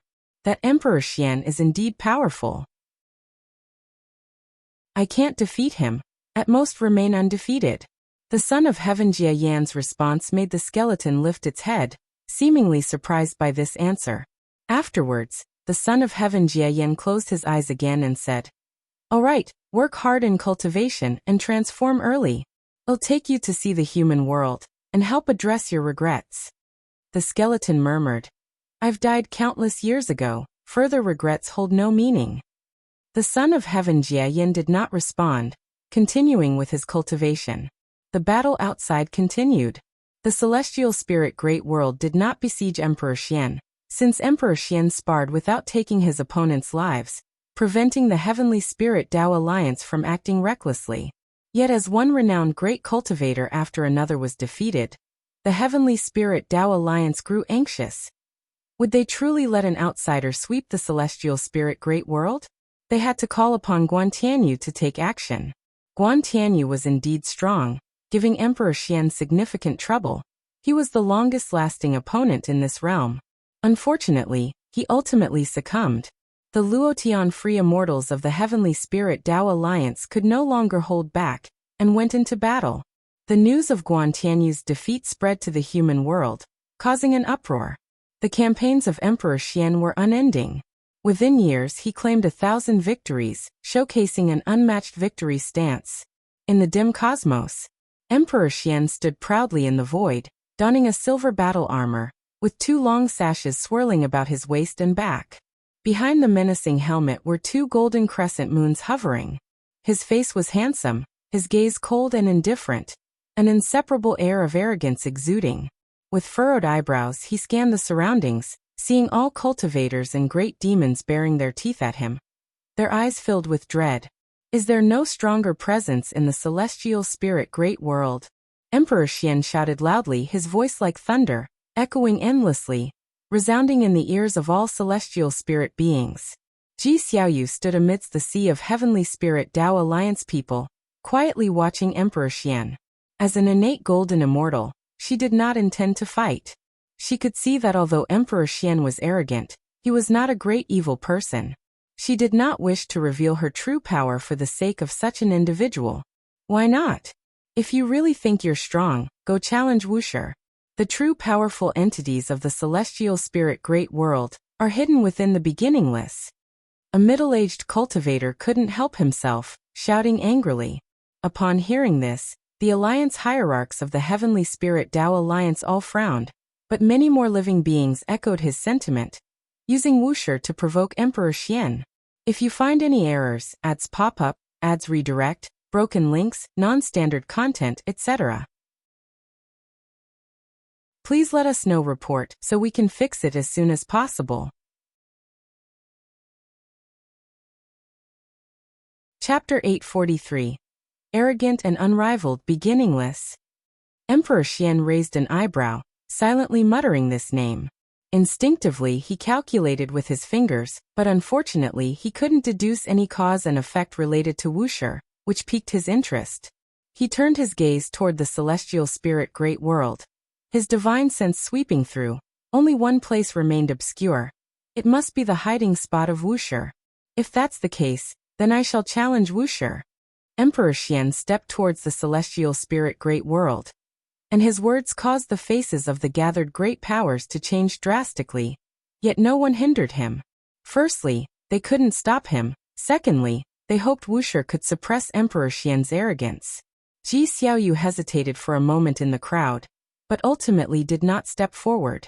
Emperor Xian's venture would at most disturb Brother Gu, who, after all, seemed quite idle. Thinking of this, Ji Xiaoyu's lips curled up, showing some anticipation. At the same time, people started to follow Emperor Xian's footsteps to watch the battle. Someone took the lead, followed by more people, and soon, the cultivators from outer heaven formed a long line, trailing Emperor Xian. They had absolute confidence in Ancestor Master Wuxia, as he had never been defeated. The only suspense lay in how Emperor Xian would be defeated. On the other side, Guan was not within the Taoist field of the beginningless. He was in the middle of guiding Shaolan's cultivation. Currently, Shaolan also reached the heaven-encompassing free immortal realm, and in terms of cultivation level, she ranked among the top 5 in the celestial spirit great world. Of course, this did not include the immortal gods. Guan was not directly helping her become an innate golden immortal. Instead, he wanted her to mature a bit more and accumulate insights. It wasn't because he favored Ji Xiaoyu more, but Ji Xiaoyu's reincarnation experiences far exceeded those of Shaolan. The two stood in a forest, Shaolan raising her right hand, with a green lotus suspended above her palm, continuously emitting silvery threads, and the light it produced illuminated her face, highlighting her expressions of anticipation, anxiety, and joy. Guan stood beside her, watching with admiration, and praised. Condensing Tao into lotus, your thought Tao has achieved something. The thought Tao is the Tao of thoughts and ideas, distinct from the soul Tao but intricately connected to it. There must be a soul to have a mind, and with a mind comes endless thoughts. Cultivators comprehend the Tao, with the 3,000 great Tao, but few choose to cultivate the thought Tao. Guan, although primarily focusing on the path of cause and effect and the path of power, has dabbled in the 3,000 Great Tao, and even if he is not familiar, his perspective and insights into the thought Tao are enough to benefit Xiaolon greatly. Without Brother Gu, how could I have such fortune? Xiaolon looked up at Guan, speaking with a bright smile. In the Xiao family, she was the supreme and revered ancestor, but in front of Guan, she was always the younger sister. Memories of past and present lives merged without erasing her original colors, even fostering a new self. Xiaolon withdrew her hand and dispersed the green lotus within it. She turned to Guan and curiously asked, "You should have heard the conversation from outer heaven. That Emperor Xian is about to challenge Wuxia. Aren't you returning?" Guan shook his head, chuckling. "A trivial Emperor Xian still requires my intervention? Oh, is there a disciple within the beginningless more formidable than Emperor Xian?" Xiaolon grew more curious. Guan smiled silently, then followed up. "Since you don't want to practice anymore, take me for a walk. Your Xiao family has truly grown larger. Its reputation has even spread to the 9-spirit continent." Xiaolon hugged Gu An's arm and responded, "Large it is, but problems have also increased, with emotions and reasons entangled. Sometimes it's truly hard to resolve. I gradually understand why you left the Supreme Sect." The two departed the forest while continuing their conversation. The Xiao family is still just beginning. Compared to the ancient clans standing in the 3,000 great worlds, the Xiao family is merely starting out. I left the Supreme Sect simply to change my environment, change my mood, and maybe one day I'll leave the celestial spirit great world. Guan comforted. Although the Xiao family had various troubles, overall they had not gone astray. Currently, the Xiao family had thousands of disciples, so it was inevitable that some evil individuals existed. Fortunately, the Xiao family's laws were strict and didn't shelter evildoers, so Gu An's impression of them remained decent. If you leave the celestial spirit great world, then it'll follow you. I have already served the Xiao family well. Xiaolon spoke with a radiant smile, her tone filled with anticipation. She had traveled the path of the Great Tao and knew that there was a vaster world beyond the heavens. Following Guan through the heavens would indeed be an unparalleled experience. Shooting stars streaked across the sky, a phenomenon of the great powers descending upon the mortal realm. Emperor Xian flew towards the 9-spirit continent, his divine sense enveloping the heavens and gaining a deeper understanding of the celestial spirit great world. Immortal gods, son of heaven, ancestor master Wuxia. This great thousand world is indeed fascinating. Emperor Xian's eyes burned with fighting spirit, eager for the upcoming battle. As he flew, he approached the vicinity of the 9-spirit continent. Below, a boundless ocean spread, with spirit mist surging at the horizon like a wall at the world's edge, mysterious and grand. Countless great power cultivators descended from the heavens, hovering in the distance, watching Emperor Xian's back, whispering amongst themselves. Two figures flew over from the other side of the heavens, one of them handsome and valiant, though dressed in simple Taoist robes. His spirit was akin to a treasure sword emerging from its sheath, attracting attention. This person was the top prodigy of the Heavenly Spirit Tao Alliance, Guan Tianyu. After being defeated by Emperor Xian, Guan Tianyu returned to heal. Upon hearing Emperor Xian challenging Wuxia, he couldn't resist coming to watch. Alongside him was his master, Ancestor Master Qingguang, one of the hierarchs of the Heavenly Spirit Tao Alliance. "Master, will Ancestor Master Wuxia show up?" Guan Tianyu halted, gazing distantly at Emperor Xian's figure, voicing his inquiry. Though he had always stayed within the Heavenly Spirit Tao Alliance, he held a curiosity regarding Wuxia. Having met disciples of Wuxia, their brilliance inspired him. Even though he had grown powerful, he didn't feel confident enough to challenge Wuxia, as the Heavenly Spirit Tao Alliance continuously advised. To be spirited but not arrogant, especially maintaining respect for Wuxia. As one senior hierarch noted, all living beings in the celestial spirit great world owe a debt to Wuxia. Ancestor Master Qingguang mused. It's unlikely that he will appear, but with Emperor Xian already at the doorstep of Wuxi's Tao sect, an entertaining show awaits us. Guan Tianyu was about to further inquire when suddenly, Emperor Xian's voice rang out. resounding stone-shattering. I am Emperor Xian, here to challenge Wuxia, regardless if it's ancestor Master Wuxia or Wuxia disciple. Come forth and face me. Let me see if the celestial spirit great world houses any true formidable ones. Emperor Xian's voice was filled with arrogance, and his disdainful tone towards all living beings roused anger among the spectators, who all glared furiously at him. No one insulted Emperor Xian verbally, as he had consistently proven himself through victories, establishing himself undeniably as a strong figure. SE of the Novel Fire. Net website on Google to access chapters of novels early and in the highest quality. For now, the cultivators anticipated Wuxi's response, yearning to see Emperor Xian defeated. If you find any errors, ads pop up, ads redirect, broken links, non-standard content, etc., please let us know. Report so we can fix it as soon as possible. Chapter 844. Myriad dragons ascending to heaven. Emperor Xian's voice echoed throughout the 9-spirit continent, capturing the attention of all living beings within it. Years ago, the news of Emperor Xian challenging the celestial spirit great world had spread within the beginningless. Many were curious if Emperor Xian would eventually battle at the gates of the Wuxia sect, and to their surprise he indeed came. This indicated that even the great cultivators of the celestial spirit great world couldn't stop him. Within the continent, those cultivators in seclusion came out one after another, and more living beings gathered in the direction from where the voice came. Emperor Xian stood proudly in the sky, his long scarf fluttering like a dragon. Behind his head, 2 golden crescent moons shimmered with dazzling golden light. With each flash, the 2 golden moons grew larger, and his aura intensified accordingly. The ocean began to surge, waves overlapping, thunderclouds gathered above, and faint thunder roared. The spirit mist surrounding the 9-spirit continent also started to surge violently, as if ready to sweep towards the celestial vault, shaking the skies. Guan Tianyu watched Emperor Xian's back with furrowed brows, sensing an incredibly terrifying aura, realizing Emperor Xian hadn't been serious with him. Could it be that this number 1 prodigy under heaven is truly no match for the prodigies on the path of the great Tao? Guan Tianyu felt angry inside, not losing his fighting spirit, but thinking about how to win next time.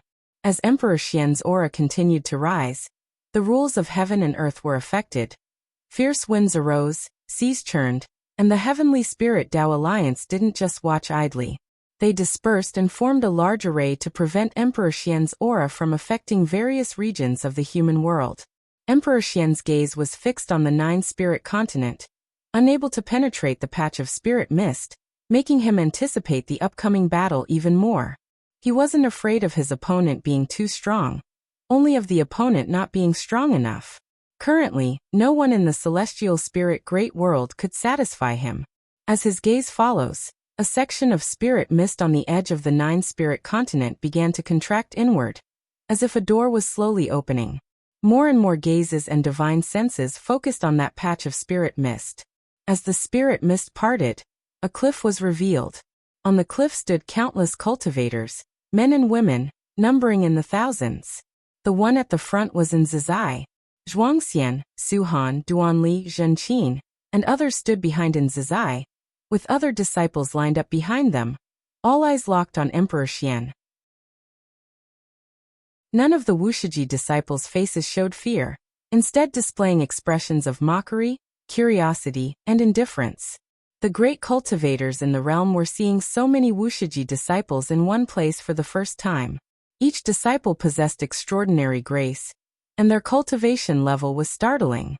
Although many Wuxia disciples were below the level of free immortal, there were also numerous Taoist Zongzizai immortals, profound Yuan free immortals, and even several heaven-encompassing free immortals. Sir the Novel Fire. Net website on Google to access chapters of novels early and in the highest quality. The foundation of the beginningless was revealed all at once. Those long-lived beings noticed that no second-generation disciples appeared, sparking curiosity about the strength of the Wuxia sect. Thinking carefully, it had been many years since the second-generation disciples showed themselves. It's hard to imagine how strong they are now. Is that Emperor Xian? His aura is so strong. Senior brother, which master or uncle is willing to step in? Su Han stood alongside Nzazai, asking excitedly. He had never seen such a grand spectacle, with cultivators and great demons watching from all directions, giving a sense that the world was paying attention. Guan wasn't present, so Su Han thought a second-generation disciple should step in. He had seen some of them, each with unfathomable cultivation. He even felt that his own master might be the weakest. To deal with this person, why bother our elders? And Nzazai stated calmly. After speaking, he took a step forward, stopping at the edge of the cliff, standing against the wind. Emperor Xian's gaze involuntarily fell on Nzazai. He marveled at the complexity of the Wuxia sect, while Nzazai gave him a very powerful impression. I am the third-generation head disciple of the beginningless, Nzazai. Since fellow Taoist wants to fight, I will oblige. Nzazai's voice resounded beneath the thunderclouds, clearly heard by all. Many great cultivators had interacted with Nzazai, though they weren't sure how strong he truly was. Today, hearing Nzazai's willingness to fight, they perked up and began to anticipate. No one dared doubt the foundation of the beginningless. As the third-generation head disciple, Nzazai often traveled among the sects under the heavens, being the most familiar Wuxia disciple to the various sects under the heavens. But until now, Nzazai hadn't fought anyone, at least they hadn't seen or heard of it. I hope the beginningless will not disappoint me. Emperor Xian's voice was overwhelmingly proud, filled with immense confidence.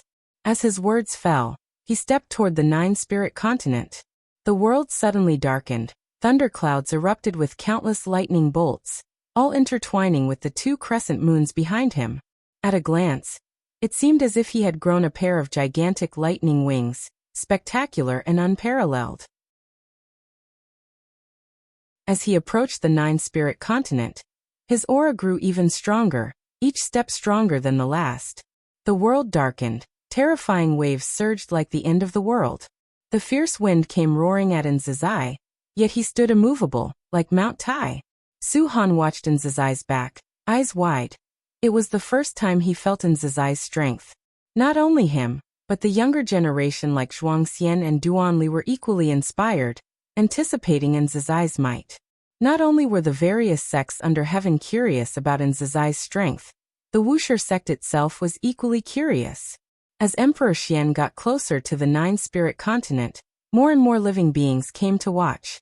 Amidst the dark celestial sea, Emperor Xian became the most dazzling presence. Yet the Wuxia disciples standing on the cliff of the continent also exhibited a fierce courage that made it hard for any living being to judge who would win. If it were the ancestor master Wuxia himself, Emperor Xian would be undoubtedly defeated. But now, with Nzazai stepping up, none among the viewers dared to make light judgments. Emperor Xian's gaze remained fixed on Nzazai, and Nzazai likewise focused on him. As their gaze confrontation extended, Emperor Xian's battle intent continued to grow, with his aura strengthening accordingly. The destinies of the primordial Tao Emperor and the Taoist Emperor infused into the two golden crescent moons, energizing his entire being with two completely different types of aura flames. Suddenly, Emperor Xian stepped again. His figure vanished into thin air, with the sky full of lightning paused above the vast sea. And Nzazai's eyes sharpened, striking upward with his right palm, his hand twisting at the wrist, striking forward with a sky-pushing gesture. Boom! Emperor Xian materialized in the air above Nzazai, less than 100 yards apart, two immensely powerful forces of mana clashing, scattering the surging spirit mist and revealing the towering mountains of the nine-spirit continent. In an instant, Emperor Xian's brows furrowed suddenly. Before he could react, intense light burst from the roiling ocean, illuminating the world as silver dragons leaped from the sea, crashing into Emperor Xian. Despite using mana to block, he was pushed up towards the celestial vault. Endless silver dragons continued to leap from the sea, charging forward recklessly, relentlessly tearing at Emperor Xian's mana, counting sidestumble the multitudinous dragons. Emperor Xian gritted his teeth, intent on unleashing divine skills, only to find an unmovable suppressive force enveloping him, unable to teleport, leaving him to withstand with mana alone. In a blink, he was hurled through the celestial Tao light layer into the outer void, his mana fully depleted, unable to recover fast enough to sustain his expenditure. A giant dragon far larger than the rest emerged from the celestial Tao light layer, its dragon head alone equivalent to half the size of the celestial spirit great world, its mouth opening wide to swallow him whole. Deafening silvery dragon roars echoed in his ears, assailing his mind. How is this possible?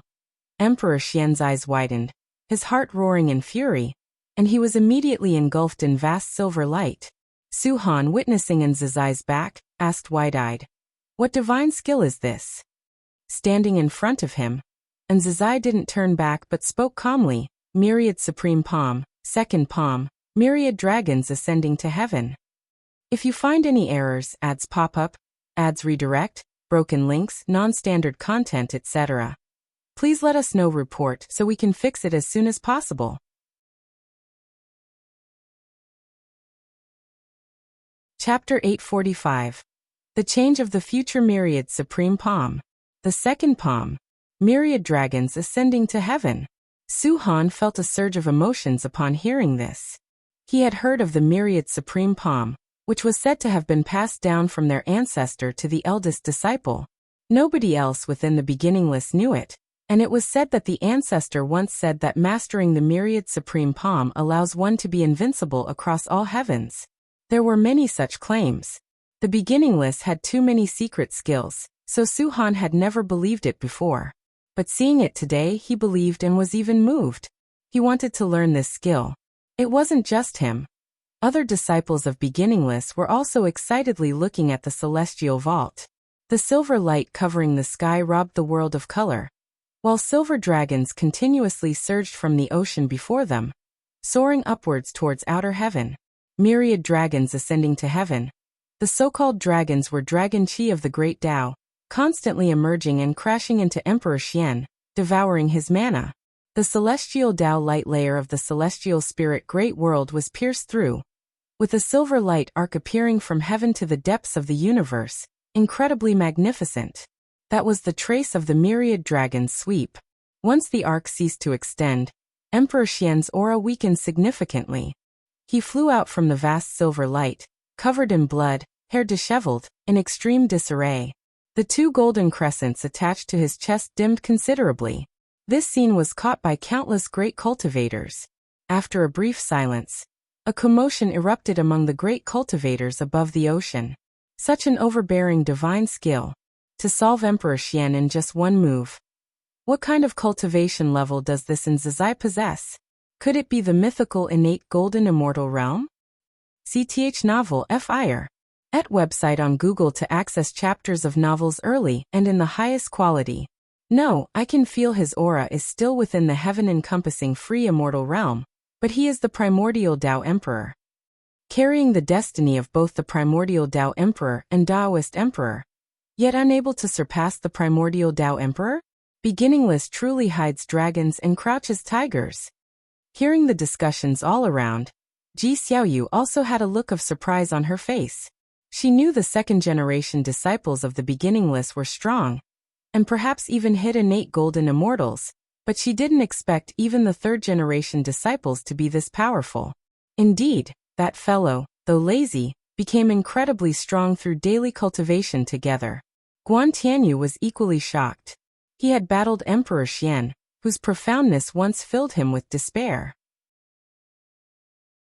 He never expected such a powerful Emperor Xian to be so easily defeated by Nzizai. He had seen Nzizai before when he visited the Heavenly Spirit Tao Alliance, and many alliance hierarchs had personally welcomed him. But at the time, he only marveled at the supreme status of beginningless, not thinking Nzizai was particularly powerful. Now as he gazed from afar, Nzizai stood on the cliff edge of the Nine-Spirit continent, facing the wild wind, a stance that gave him immense shock. Is this the beginningless? Guan Tianyu suddenly felt that Heavenly Spirit Tao Alliance was just SOSO, and perhaps even the so-called Celestial Court couldn't compare to the beginningless. Truly terrifying. Among the third-generation disciples of beginningless, many have extraordinary talents, and the future disciples also have exceptional gifts, but none can shake his position. His master, the ancestor of green light, said with genuine admiration. Everyone marveled at Nzazai's strength, while some rushed to outer heaven to check on Emperor Xian. In the depths of the universe, before the world gate, the celestial spirit god Tianhao and Tai immortal monarch stood side by side, witnessing Nzazai's strike. Myriad supreme palm, what powerful creation! Those dragons are all the power of the great Tao. Tai immortal monarch praised. He had interacted with Nzazai many times and had long realized this child was no ordinary. So today's display didn't surprise him too much. Tianhao's eyes were also full of admiration. This disciple of Beginningless, surnamed N, was his sister Nzin's eldest disciple, and he naturally regarded him as his own. Upon returning, he wondered if he should teach Nzazai, but upon reconsideration, knowing Nzazai cultivated under their master, he would surely be outstanding. Indeed, the strength of the myriad supreme palm made even him want to learn it. The celestial spirit god spoke. This Emperor Xian is not simple, with a cause and effect of the heavenly Tao behind him. Tai immortal monarch scoffed. With such arrogance he must have something to rely on. Elsewhere, Guan and Xiaolon arrived at the Xiao family city, where Xiaolon had also witnessed Nzazai's move. Such an overbearing divine skill, did you teach it? Xiaolon curiously asked. Guan smiled. I created it 7 palms in total, and this is just the second. Can you teach me? No, only disciples in charge can cultivate it. Guan rarely refused, as he intended to make the myriad supreme palm the hallmark secret skill of the Beginningless. Though a bit disappointed, Xiaolon didn't pester him. She then asked, what is the origin of this Emperor Xian? What if Nzazai accidentally kills him? Guan replied meaningfully, he has significant backing. A powerful cause and effect were ready to fall upon Emperor Xian to help him recover, but unfortunately, it was invisibly neutralized by Guan. This cause and effect came from the Taishang. Taishang can alter the destiny of all heavens. Emperor Xian challenging the Beginningless had already caused changes in the future, staining his undefeated path. However, Guan saw Taishang corrected the future, preventing the news of Emperor Xian's defeat from spreading. The duel between Emperor Xian and Nzazai also sowed seeds of calamity between Guan and Taishang, officially bringing the celestial spirit Great World into Taishang's view. Guan was unfazed. Though Taishang was strong, the only true contender was the celestial emperor. Currently, Taishang is managing the celestial court, with many tasks requiring his attention, leaving him unable to focus on the celestial spirit Great World. Emperor Xian was merely his pawn. However, sometimes pawns escape the chessboard. This Emperor Xian not only had extraordinary talent, but also harbored immense ambition. The all heavens and myriad realms were like a prison, countless pieces looking up at Sangtian, seeking not only the position of immortal gods but also the strongest throne of the celestial emperor. Brother Gu, tell me about the geniuses from other great worlds. Are there any not inferior to Emperor Xian? Xiaolon suddenly asked, her face full of expectation.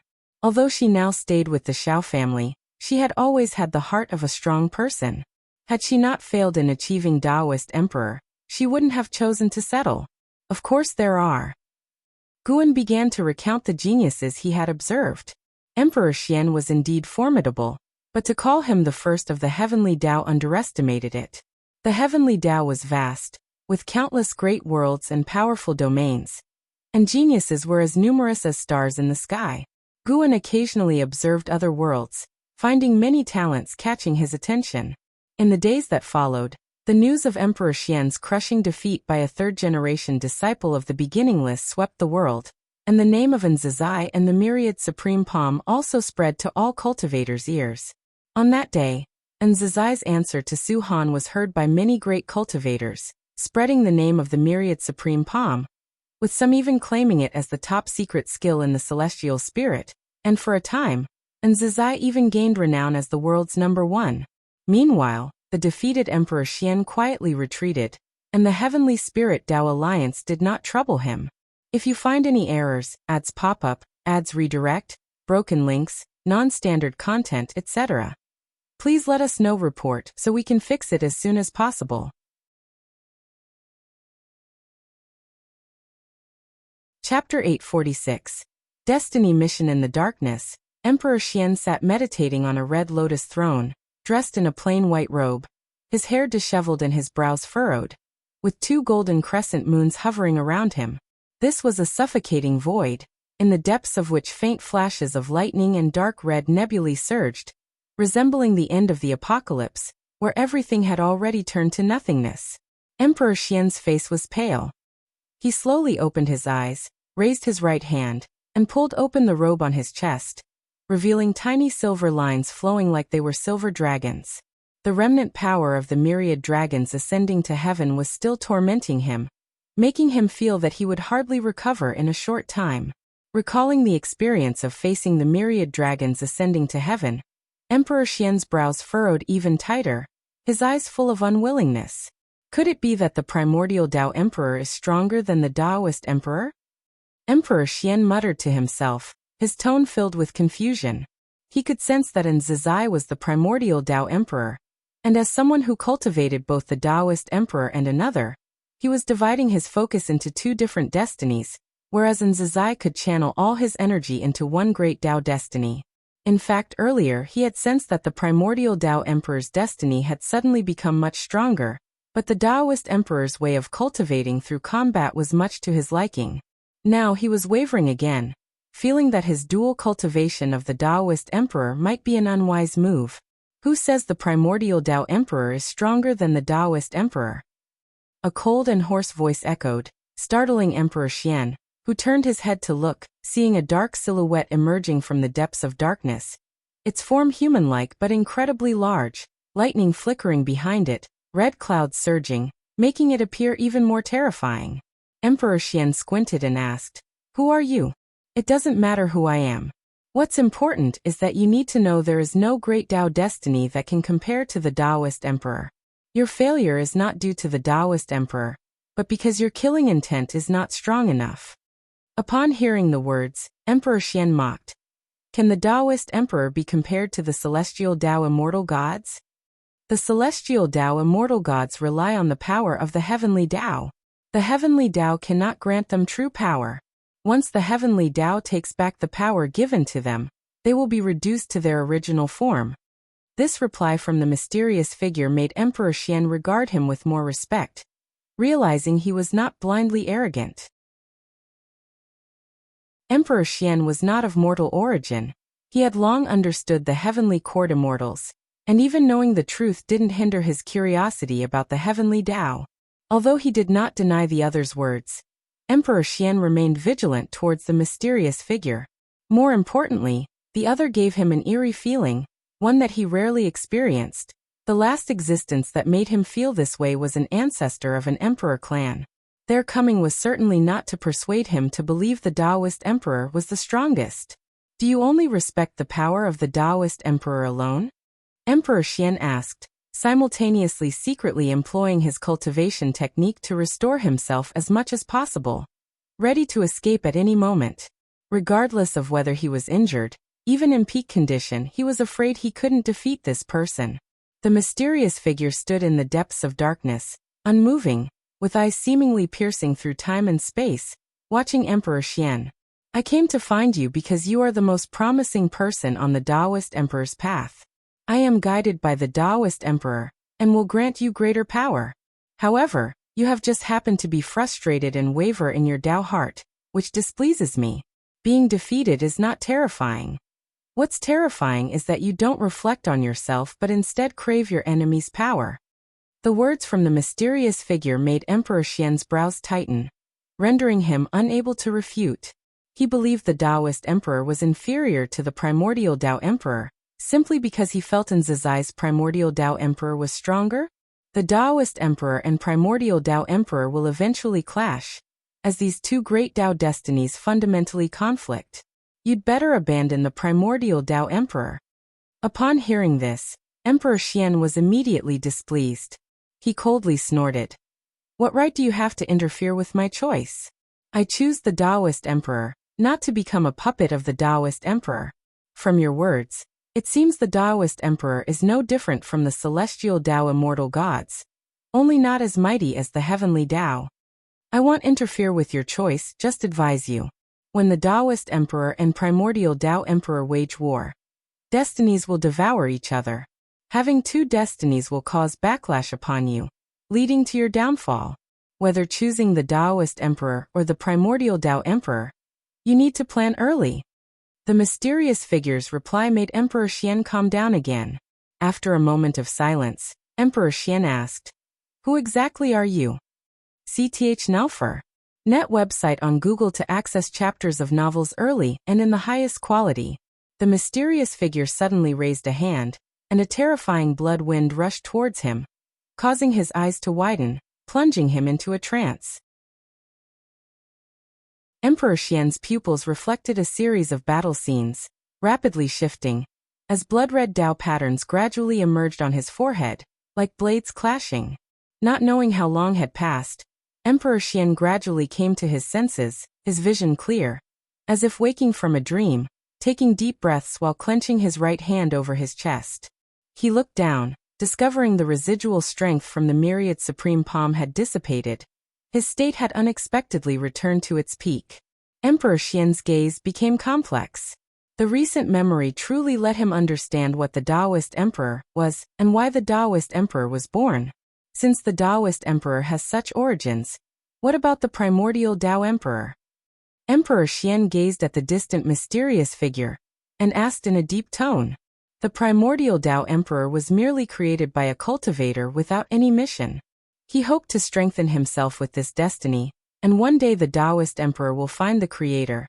But to annihilate all primordial Tao Emperors will require every Taoist Emperor's action, including mine. I have traveled the furthest on the Taoist Emperor's path, but you have the hope to surpass me. I don't want you to hesitate or even take the wrong path. The mysterious figure's words enlightened Emperor Xian. No wonder he suddenly felt the primordial Tao Emperor had grown stronger. Upon reflection, it was because the creator had made a breakthrough. Thinking that the primordial Tao Emperor was backed by a cultivator made him feel awkward, just like he couldn't imagine the heavenly Tao was some entity's will. Then wouldn't all living beings be mockeries of the existence behind the heavenly Tao? Think carefully, I await your choice. After saying this, the mysterious figure turned and disappeared. Emperor Xian remained seated on the red lotus, quietly contemplating. Millions of years had passed since Emperor Xian's defeat, and the world had forgotten him, with new figures capturing everyone's attention. This year, Wuxia once again welcomed a new group of disciples, their mentors bringing them to pay respects to Nzizai. Every new disciple must face the first disciple. It's customary. Every generation of Wuxia disciples must adhere to it. In the Grand Hall, a group of Wuxia disciples gathered together, laughing and talking, while the new disciples stood in a row facing Nzizai, diverse in seniority but similar in age. Their mentors weren't thinking much, all mutually complimenting each other's judgment. Nzizai surveyed these new disciples, his gaze suddenly resting on a black-clad youth among them. He narrowed his eyes, feeling inexplicably uneasy. If you find any errors, ads pop up, ads redirect, broken links, non-standard content, etc., please let us know. Report so we can fix it as soon as possible.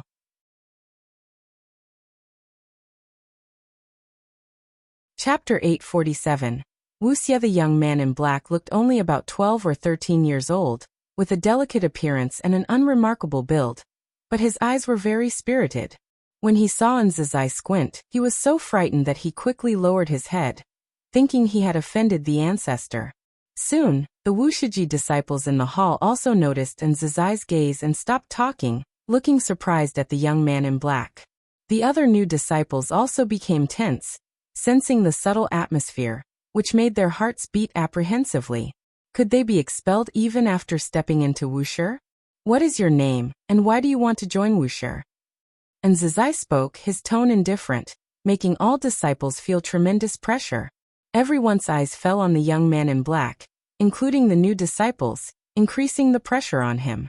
Cautiously he raised his head, faced with Nzizai's gaze, and quickly lowered it again, trembling as he answered, "My name is Wuxia, born in Yang City.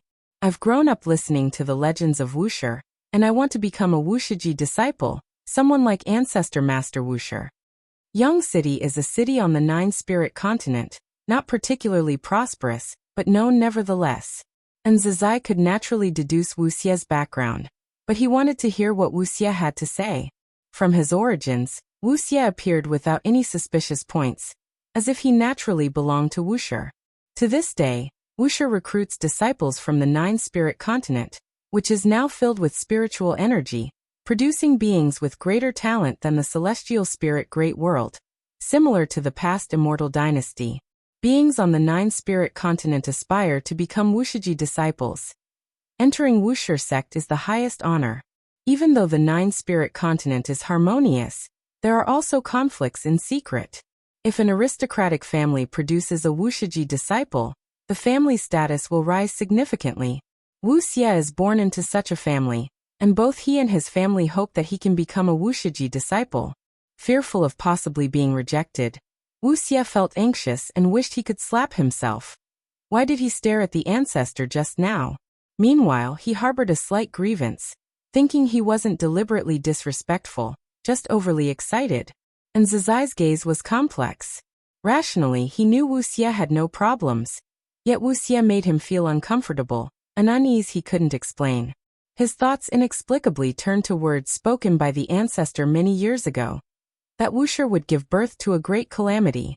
Because of the ancestor's words, he set stricter standards for recruiting disciples, meeting each new disciple personally.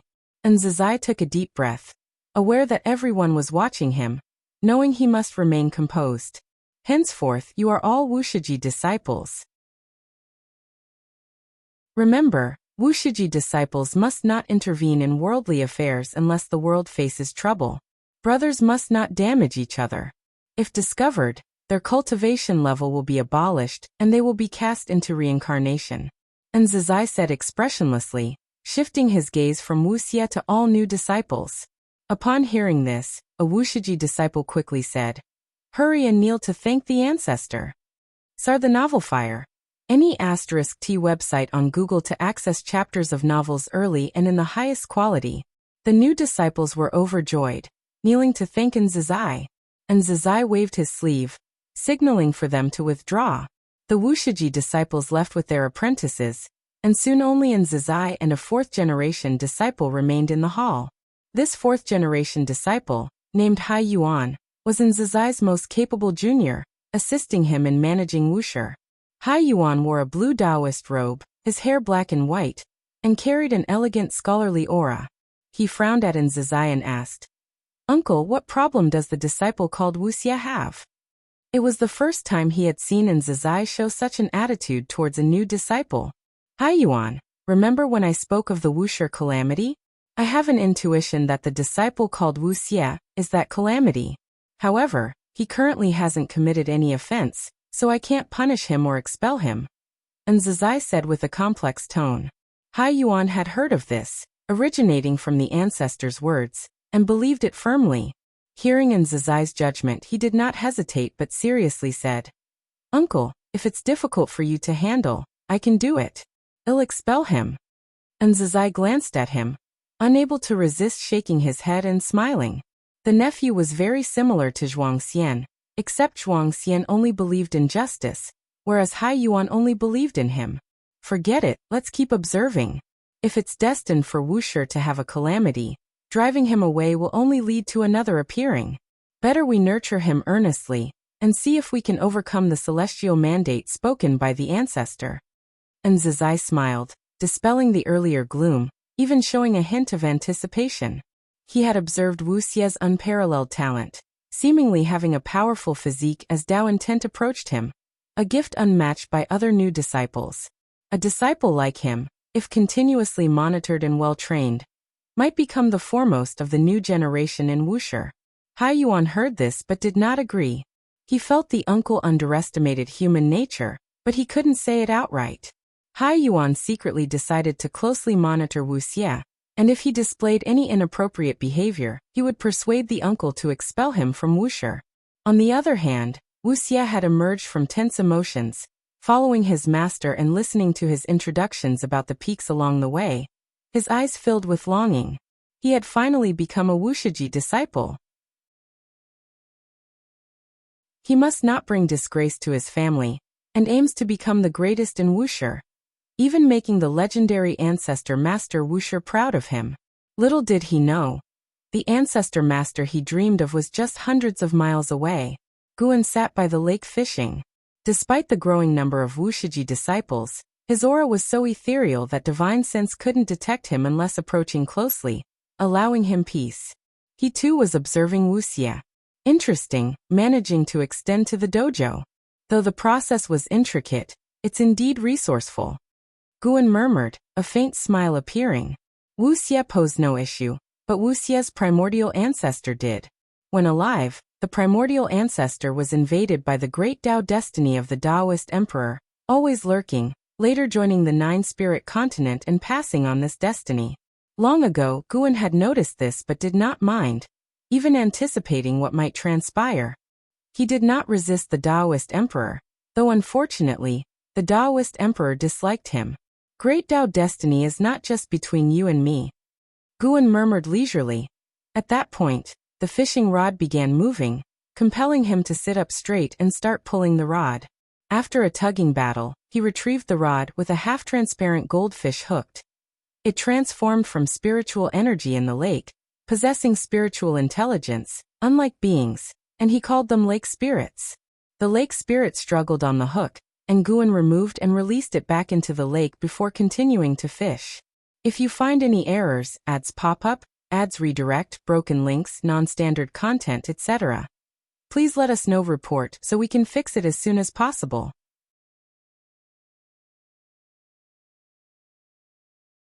Chapter 848.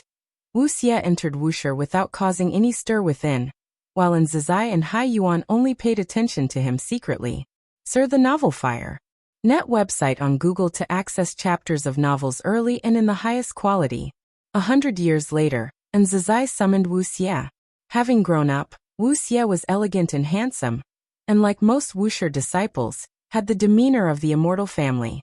He still wore black clothes, but his outfit had become more refined, with a cyan jade hairpin on his hair crown, exuding extraordinary poise.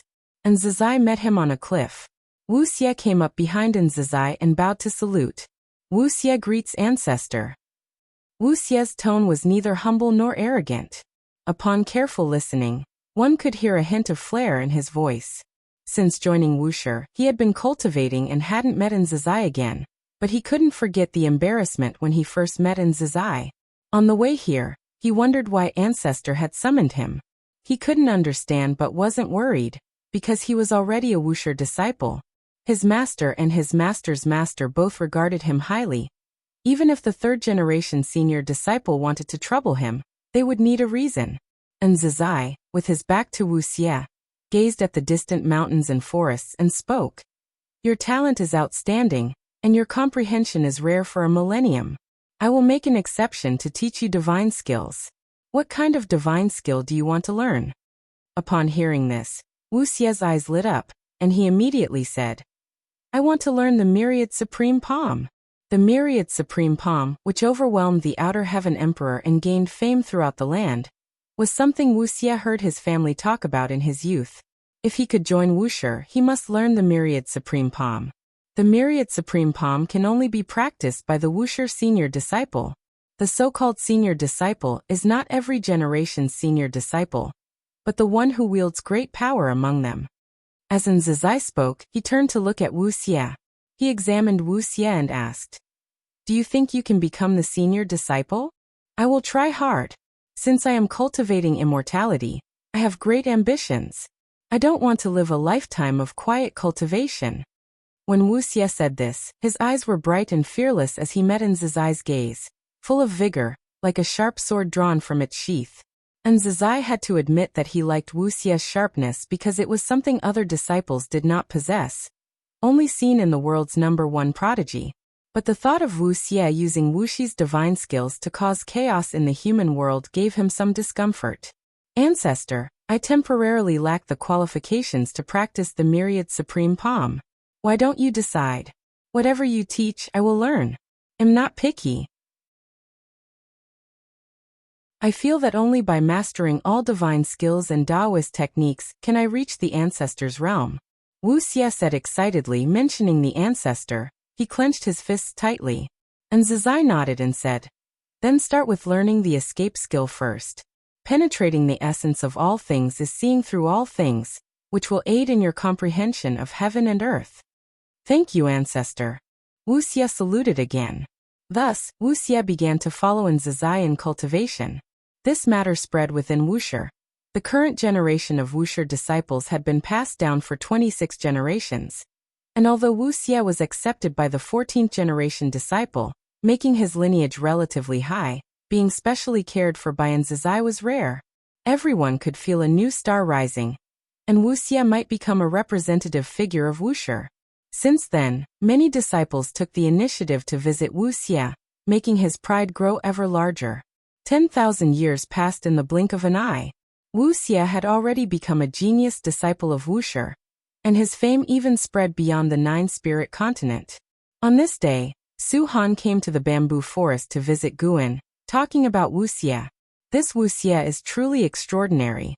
After merely 10,000 years of cultivating immortality, he's already a divine thought true immortal. The key is his comprehension. He can learn any divine skill or spell just by seeing it once. It's simply absurd.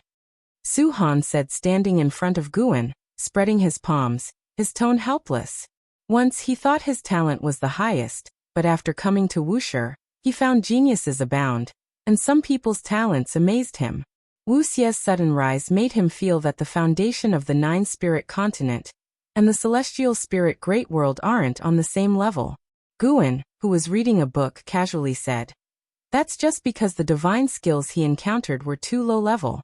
Some divine skills cannot be mastered just by seeing them once." "I know, but facing most Taoist techniques with such comprehension is already very exaggerated.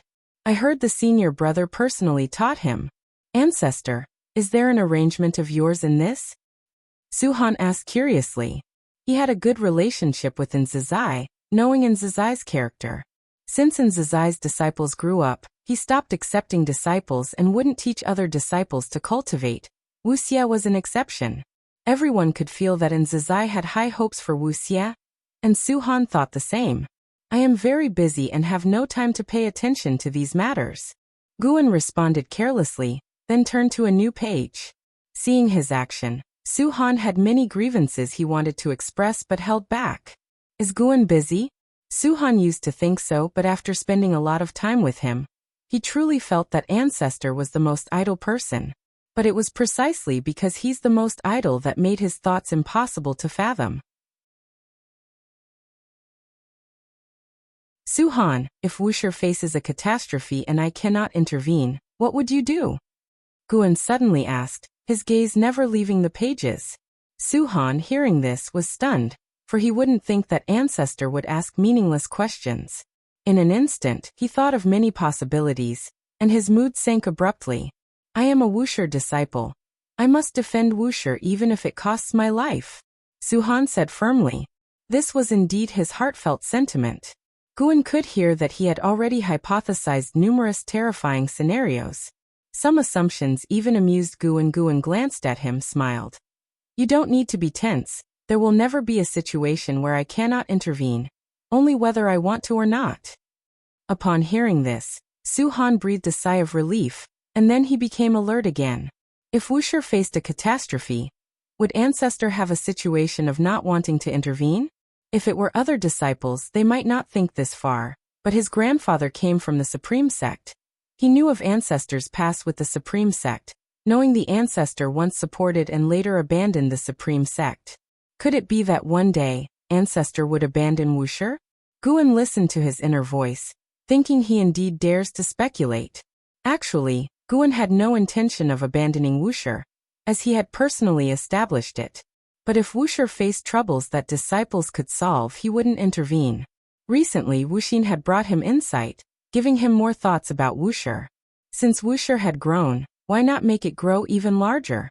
He wasn't aiming to compete, but just wanted to see if the Wuxia he founded differed from the various major sects of the heavens. 10,000 years from now, you take a group of Wuxia disciples to the path of the great Tao for training. It's also an opportunity for your honing. Guan said softly. When Su Han heard this, his eyes immediately brightened. He had long wanted to venture onto the path of the Great Tao. If you find any errors, ads pop up, ads redirect, broken links, non-standard content, etc., please let us know. Report so we can fix it as soon as possible.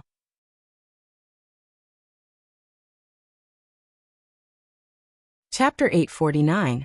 The Patriarch's Approval. Guan arranged for Su Han to lead the disciples to the path of the Great Tao, not with any special intention, but simply because many disciples wanted to go, so he decided to fulfill their wish. He couldn't let all the disciples stay within the beginningless forever. A cultivation lacking freedom has no meaning. Of course, Guan's change in mindset was still due to his own cultivation level's improvement, and his concerns were becoming less.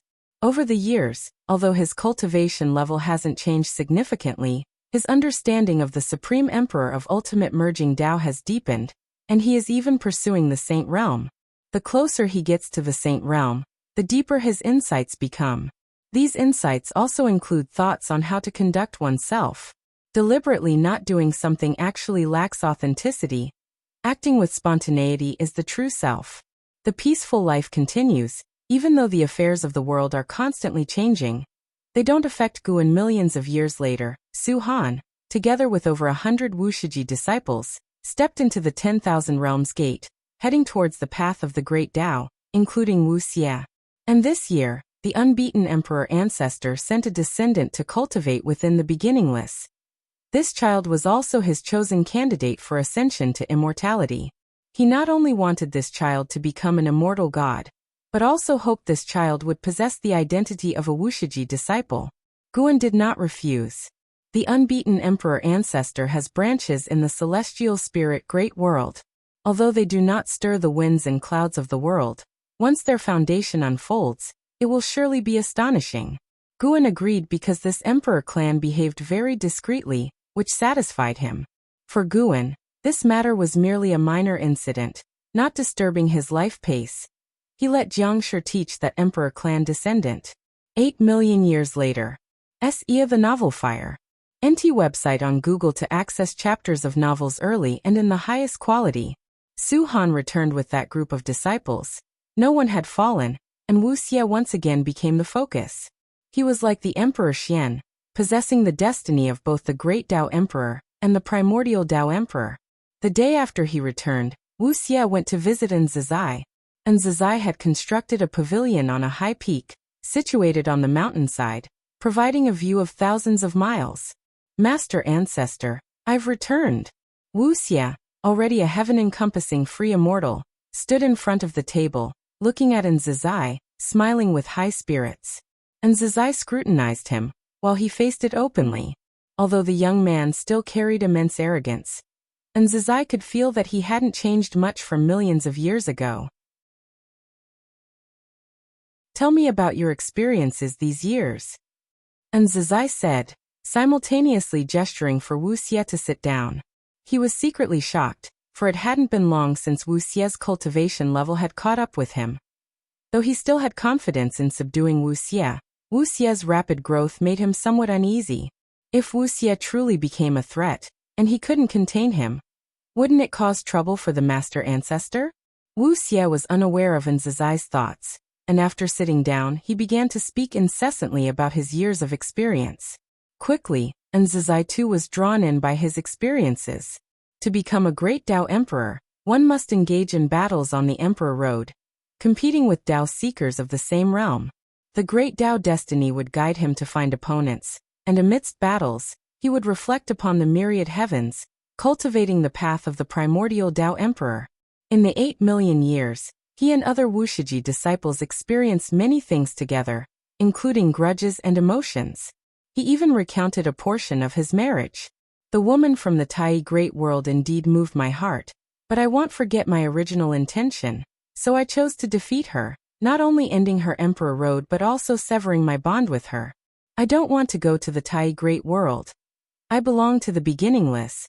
All my accomplishments should be rewarded to the beginningless, not taken away by others on the road. When saying this, Wuxia's face was full of determination, as if trying hard to convince himself. And Nzizai had no comment on this matter because he too once severed this type of emotion. He had already surpassed the mortal spirit, not driven by instinctive desires. Ordinary emotions seldom moved him. Wuxia looked up at Nzizai and smiled, saying, "Actually, I was able to achieve the great Tao Emperor thanks to the fellow disciples. If it weren't for them desperately protecting me every time I got injured, I would have died long ago." Truly, the so-called Emperor Road seems like a battle of heaven's chosen ones, but it's actually a contest of forces. Other heaven's chosen ones also have their own forces supporting them. But I've observed so many forces and feel that our beginningless is still the best, pure and simple, without so many entangled interests, without jealousy among disciples, only genuine happiness for fellow disciples. And Nzizai finally showed a smile and asked, "Do you truly think so?" Initially, when Wuxia wanted to go to the path of the great Tao, he was very troubled. However, many came to persuade him, all saying that Wuxia's talent shouldn't be wasted, that he should go out and venture. He didn't have enough reasons to refuse, so in the end he agreed. Throughout the 8 million years, he often worried that Wuxia might turn bad, but it seemed that wasn't the case. He suddenly wondered if he had judged incorrectly. The threat is not Wuxia. Maybe it's due to Wuxia, like his disciples or descendants. Of course, Master Ancestor, I plan to preach my insights to other disciples. What do you think? Would it violate any rules? Wuxia responded without hesitation. And Nzizai naturally had no objections. In his view, the great Tao Emperor and primordial Tao Emperor weren't vastly different, just different paths of cultivation. If Wuxia disciples could have more choices, that would be even better. He was very pleased with Wuxia's broad-mindedness, so he decided to personally help Wuxia establish a dojo for disciples to come and listen to teachings. In the days that followed, Wuxia smoothly preached, his teachings benefiting many disciples, greatly enhancing his status and prestige, and his deeds on the path of the great Tao became widely known. One evening, when Guan returned to the mountaintop courtyard, he overheard Celestial Demon Child, Shenzhen, and Shangguan Xiener discussing Wuxia. Feeling that Wuxia was outstanding, more brilliant than past disciples, even more exceptional than Tian Hao. Tian Hao had displayed his talent the moment he left the beginningless, but Wuxia, despite having already become a heaven-encompassing free immortal, remained steadfast in the beginningless. Moreover, Wuxia's cultivation speed indeed surpassed all Wuxia disciples. Celestial Demon Child asked Guan for his thoughts on Wuxia, and he simply gave a brief compliment. Once he returned inside, the three women remarked that it's true he doesn't care about his junior's accomplishments. Indeed, after all, he is too strong. Thus, Wuxia became the most outstanding existence among Wuxia disciples, and afterward, whenever Nzizai went out, he would take him along. Wuxia would also spar with heaven's chosen ones and great powers from various great heaven and earth sects, both showcasing the foundation of the beginningless and deterring the ambition of those sections. The beginningless wouldn't engage in conquest, but if anyone attempted to disrupt the heavens and earth, the beginningless wouldn't stand by idly. Competition among forces can proceed, but there mustn't be any evil demon methods sacrificing all living beings and slaughtering innocent spirits. For Wuxia, life became glorious, yet he always felt regretful inside. He hadn't had a real conversation with the ancestor. They only occasionally passed by each other. Without the ancestor's recognition, he always felt he wasn't strong enough and couldn't be considered a true genius. If you find any errors, ads pop up, ads redirect, broken links, non-standard content, etc., please let us know. Report so we can fix it as soon as possible.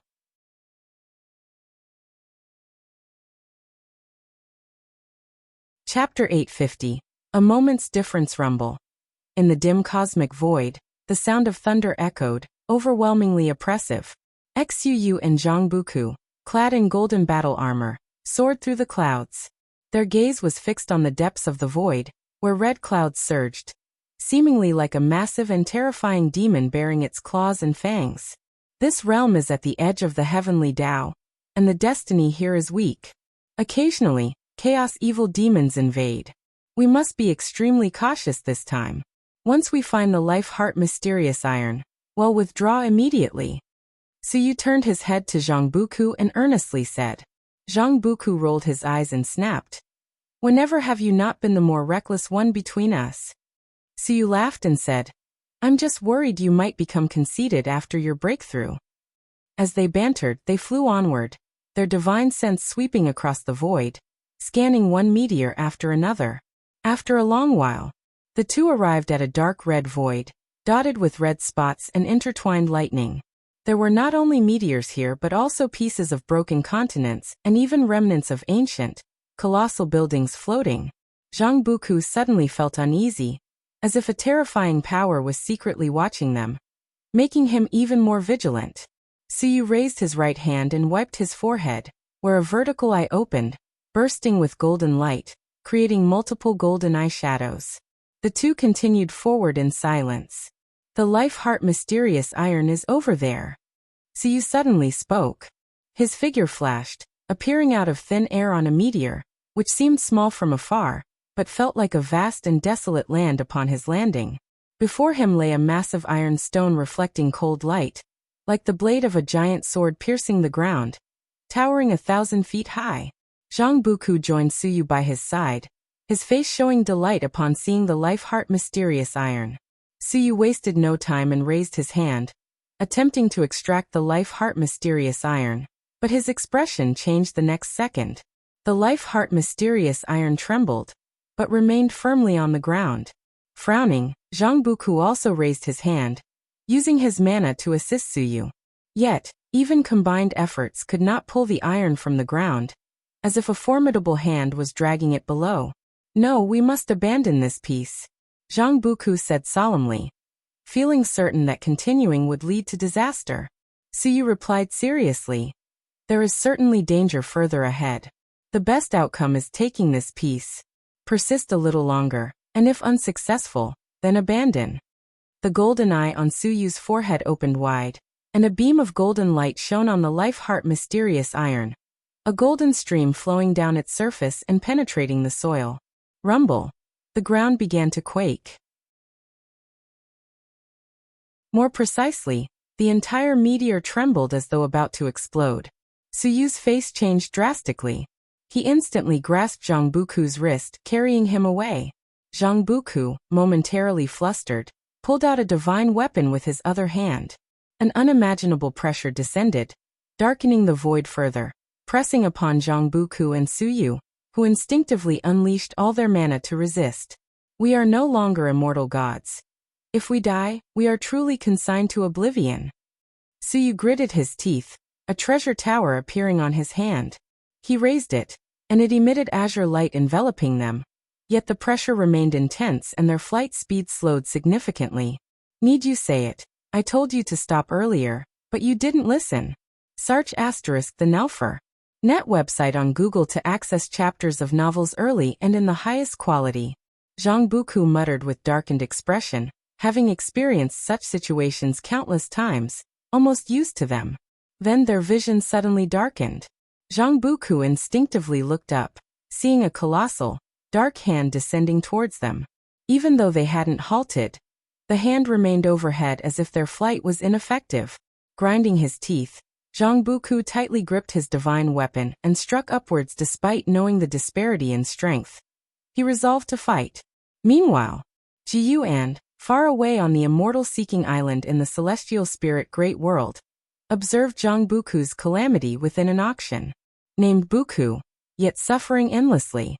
Oh, my dear disciple, truly hard to safeguard you. Guan murmured, seated in a private room of a pavilion, where translucent curtains allowed him a view of the terrace outside. On the terrace, a cultivator was showcasing auction items, while the other rooms were shrouded by curtains, appearing engulfed in dark mist from outside, obscuring their interiors. Guan was not there to buy anything, just to enjoy the spectacle. The calamity that befell Zhang Buku drew his attention. Zhang Buku had cultivated in the celestial extreme 9 heavens for years, recently breaking through to the innate golden immortal realm. He and Suyu ventured to that realm to seek materials for crafting supreme treasures. Having forged the Vajra undying body, his strength far exceeded his realm, necessitating a fitting supreme treasure to reveal his divine skill's power. They faced misfortune not due to bad luck, but premeditated targeting. Dark Heavenly Court. More precisely, the Dark Heavenly Court targeted Suyu, not Zhangbuku. Acting was Emperor Bone Profound Venerable, whose cultivation level was Mixed Element Profound Venerable Immortal. Even if Suyu unleashed his Heavenly Sun origin, he was no match for such a foe. Guan didn't immediately intervene to rescue Zhangbuku, having foreseen Zhangbuku's future. Though Zhangbuku would endure hardship under Emperor Bone Profound Venerable, he would also gain substantial opportunities, leading to a surge in cultivation level. Even if Zhangbuku became tainted by the Dark Heavenly Court's destiny, Guan knew ways to extricate him from the sea of suffering. Guan looked at Emperor Bone Profound Venerable, his sentiments starkly different from their previous encounter. During their last confrontation, though Emperor Bone Profound Venerable wasn't his match, now everything about Emperor Bone Profound Venerable was apparent to him. He could dictate his fate and negate his past. When Emperor Bone Profound Venerable led the Dark Heavenly Court against the Celestial Court, the Celestial Emperor likely felt similar. In chaos or the Heavenly Tao, Emperor Bone Profound Venerable's strength was formidable. Yet to Guan and the Celestial Emperor, he was akin to a mortal spirit. Guan pondered whether higher-level existences viewed him, and the Celestial Emperor similarly. Currently, he didn't sense such power, but he would assume it existed. Such invisible pressure kept him grounded. Supreme Emperor of Ultimate Merging Tao wasn't enough for him. He aimed to not only surpass Emperor Bone Profound Venerable by one great realm but 2, 3, 4 even more. As long as life evolution continues, his limits won't exist. If you make the right choice for him, there's a path to life. If you choose wrongly, if the Celestial Emperor doesn't destroy you, then I will. Relaxed in his chair, Guan propped his face with one hand, speaking softly. Everyone possesses myriad fates. A single thought can alter their destiny. Guan kept all of Emperor Bone Profound Venerable's potential fates in view. If you find any errors, ads pop up, ads redirect, broken links, non-standard content, etc., please let us know. Report so we can fix it as soon as possible.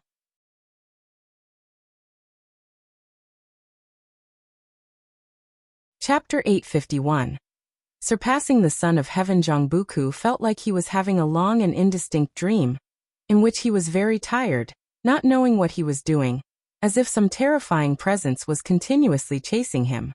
Finally, his consciousness detached from that heavy dream and began to awaken. He opened his eyes, and what came into his view was the endlessly high gray sky. Clouds layered circle upon circle, making the sky appear so distant. He widened his eyes, suddenly sat up, and discovered he was sitting on the water's surface, with a sense of grounded stability beneath him, as if it were solid ground. He focused his gaze and saw at the end of the water surface a vast fog, while in front of the fog, Suyu stood facing away from him. He stood up and asked, "Suyu, are you okay?" Suyu did not answer him, nor did he turn around, which made Zhangbuku frown. His divine sense had already dispersed, but he could not touch that fog. He did not know what was hidden within it. The divine sense swept in other directions, finding no signs of life for the time being, which made him suspect even more that an unknown and terrifying existence was hidden in the fog. Seeing that Suyu was still not turning around, Zhangbuku hesitated for a moment before stepping forward. His divine sense could perceive Suyu's expression. Suyu was not lost in a trance but was frowning, his eyes fixed on the front, seemingly observing something. Zhangbuku came beside Suyu and asked softly, "What are you looking at? Why are you not answering me?" Suyu gazed ahead and said in a deep voice, "Standing here, do you think it will be bad? The real trouble is about to start, and we have nowhere to escape." Upon hearing this, Zhangbuku looked ahead. As he watched, he found the murky fog had become clear. Deep within the fog seemed to be a small mountain, atop which sat a mysterious figure, with a languid posture but exuding an overwhelming arrogance. Looking at this figure, Zhangbuku suddenly felt a strong urge to kneel and worship. He struggled to control this emotion, which made his whole body stiff. He stared at that figure, falling into a trance, becoming as unresponsive as Suyu. Through the fog, that mysterious figure sitting on the small mountain was none other than the Emperor Bone Profound Venerable. Emperor Bone Profound Venerable still maintained his form of white bone, wearing a dragon head golden crown. with beads gently swaying in the wind, and a dark golden long spear standing behind him, leaning against his back. At this moment, Emperor Bone Profound Venerable was scrutinizing Zhang Buku. He initially came for Suyu, but he discovered Zhang Buku was not ordinary. This child's destiny had clearly been altered multiple times, and furthermore, he was brewing a special kind of fortune. Compared to Suyu, Zhang Buku unexpectedly held greater potential, born of mortal spirit, yet able to surpass the Son of Heaven. Emperor Bone Profound Venerable felt it would be a pity to kill this child directly. Perhaps he could be nurtured. Though the creatures of the dark heavenly court could also reproduce, in terms of talent, the geniuses of the heavenly Tao were still superior. To truly overthrow the heavenly court, greater strength must be accumulated. Emperor Bone Profound Venerable recalled the previous battle. The celestial emperor did not even appear, yet he was defeated by a celestial Tao Venerable. Moreover, before this, he was defeated by a mysterious being. As a primordial Profound Venerable immortal, he had suffered 2 defeats in a row. He could not accept this fact. After ending the war with the heavenly court, he temporarily left the dark heavenly court to seek his own chances. He had his eyes on the Son of Heaven's root bones, aiming to explore the power of the celestial emperor through him. Unexpectedly, capturing the Son of Heaven led to an unexpected joy. Emperor Bone Profound Venerable pondered while increasing his own pressure of cause and effect, intending to test Zhang Buku and Suyu. On the other side, Guan had already returned to Wuxia, and after confirming that Zhang Buku would not encounter any trouble in the short term, he no longer paid attention. That plane had already detached from the heavenly Tao. The world contained rules that isolated the probing of cause and effect, making it difficult even for a Tao Extreme Daoyuo immortal to find it. But for Guan, he could step right in. Moreover, Guan could transcend time. Even if Emperor Bone Profound Venerable killed Zhang Buku, Guan could cross to the time before Zhang Buku's death. This is the power of the Supreme Emperor of Ultimate Merging Tao. Of course, the Supreme Emperor of Ultimate Merging Tao cannot change his past before reaching this realm. When Guan reached the level of Supreme Emperor of Ultimate Merging Tao, everything in the past became illusory, belonging to his past, but others cannot probe into this past, nor traverse to the past to kill him. Returning to the courtyard, Guan saw Zhenqin coming over, chatting with Shenzhen. Upon seeing Guan return, Zhenqin quickly stood up and bowed to Guan. "I've told you countless times, no need for formalities between us," Guan said with a smile, one that was kindly, instantly relaxing Zhenqin quite a bit. She smiled sheepishly and followed with, "Master, I came to find you because I wish to enter the 10,000 Realms Gate, to travel and explore a bit. What do you think?" The 10,000 Realms Gate is the most magnificent structure on the 9-spirit continent, leading to all heavens and myriad realms, more transformative than the World Gate deep in the universe. However, the 10,000 Realms Gate only allows exit, but no entry. Once you leave through it, you'll have to find another way to return. Guan casually replied. "If you want to go, go ahead. I won't stop you." Nowadays, Wuxia disciples are spread across the 3,000 great worlds and various domains. Some perish, some take root and establish their own sections. Guan will not interfere as long as they make their choice. Zhenqin is different from other disciples. If she ventures out, Guan will surely watch over her secretly. He is not worried about Zhenqin making a move. He only needs a thought to resolve all the troubles Zhenqin will encounter next. "Master, although I want to leave, I'm not in a hurry to go. Can you see if there's anything I can do for you?" Leaving just like that, not knowing when I can return. My conscience would be uneasy because I haven't been able to repay you yet. Of course, if I gain great fortune someday, I will definitely return. Zhenqin came to Guan playfully, her smile journeying his thoughts back over 1 billion years ago, when she was still struggling in the outer Taishan sect. Guan raised his hand, ruffled her hair, and said with a smile, "Master doesn't need you to repay anything. Don't overthink. In the future, if you encounter difficulties you can't solve, just call out to Master, and Master will have Wuxia Divine Sparrow come to your aid." As the words fell, a 7-colored rainbow descended from the sky, landing on Gu An's shoulder, none other than the Wuxia divine sparrow. The Wuxia divine sparrow tilted its head to look at Zhenqin, its eyes lively and innocent like a child's. CTH Novel Fire. Net website on Google to access chapters of novels early and in the highest quality. Zhenqin couldn't help but ask curiously, is the Wuxia divine sparrow really that powerful? She suddenly recalled a legend. During the Son of Heaven struggle, a divine sparrow with a glow of 7 colors saved the 3,000 great worlds. Could it be that the divine sparrow was the Wuxia divine sparrow?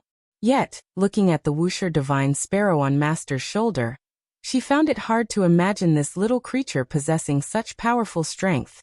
Guan laughed. Naturally, the divine beings I raise are surely powerful. Moreover, you will meet your elderly Yi later. If he gets injured, you can tell him. If he can't hold on, just come to Wuxia. Wuxia can satisfy his ambition to become stronger. If you find any errors, ads pop up, ads redirect, broken links, non-standard content, etc., please let us know. Report so we can fix it as soon as possible.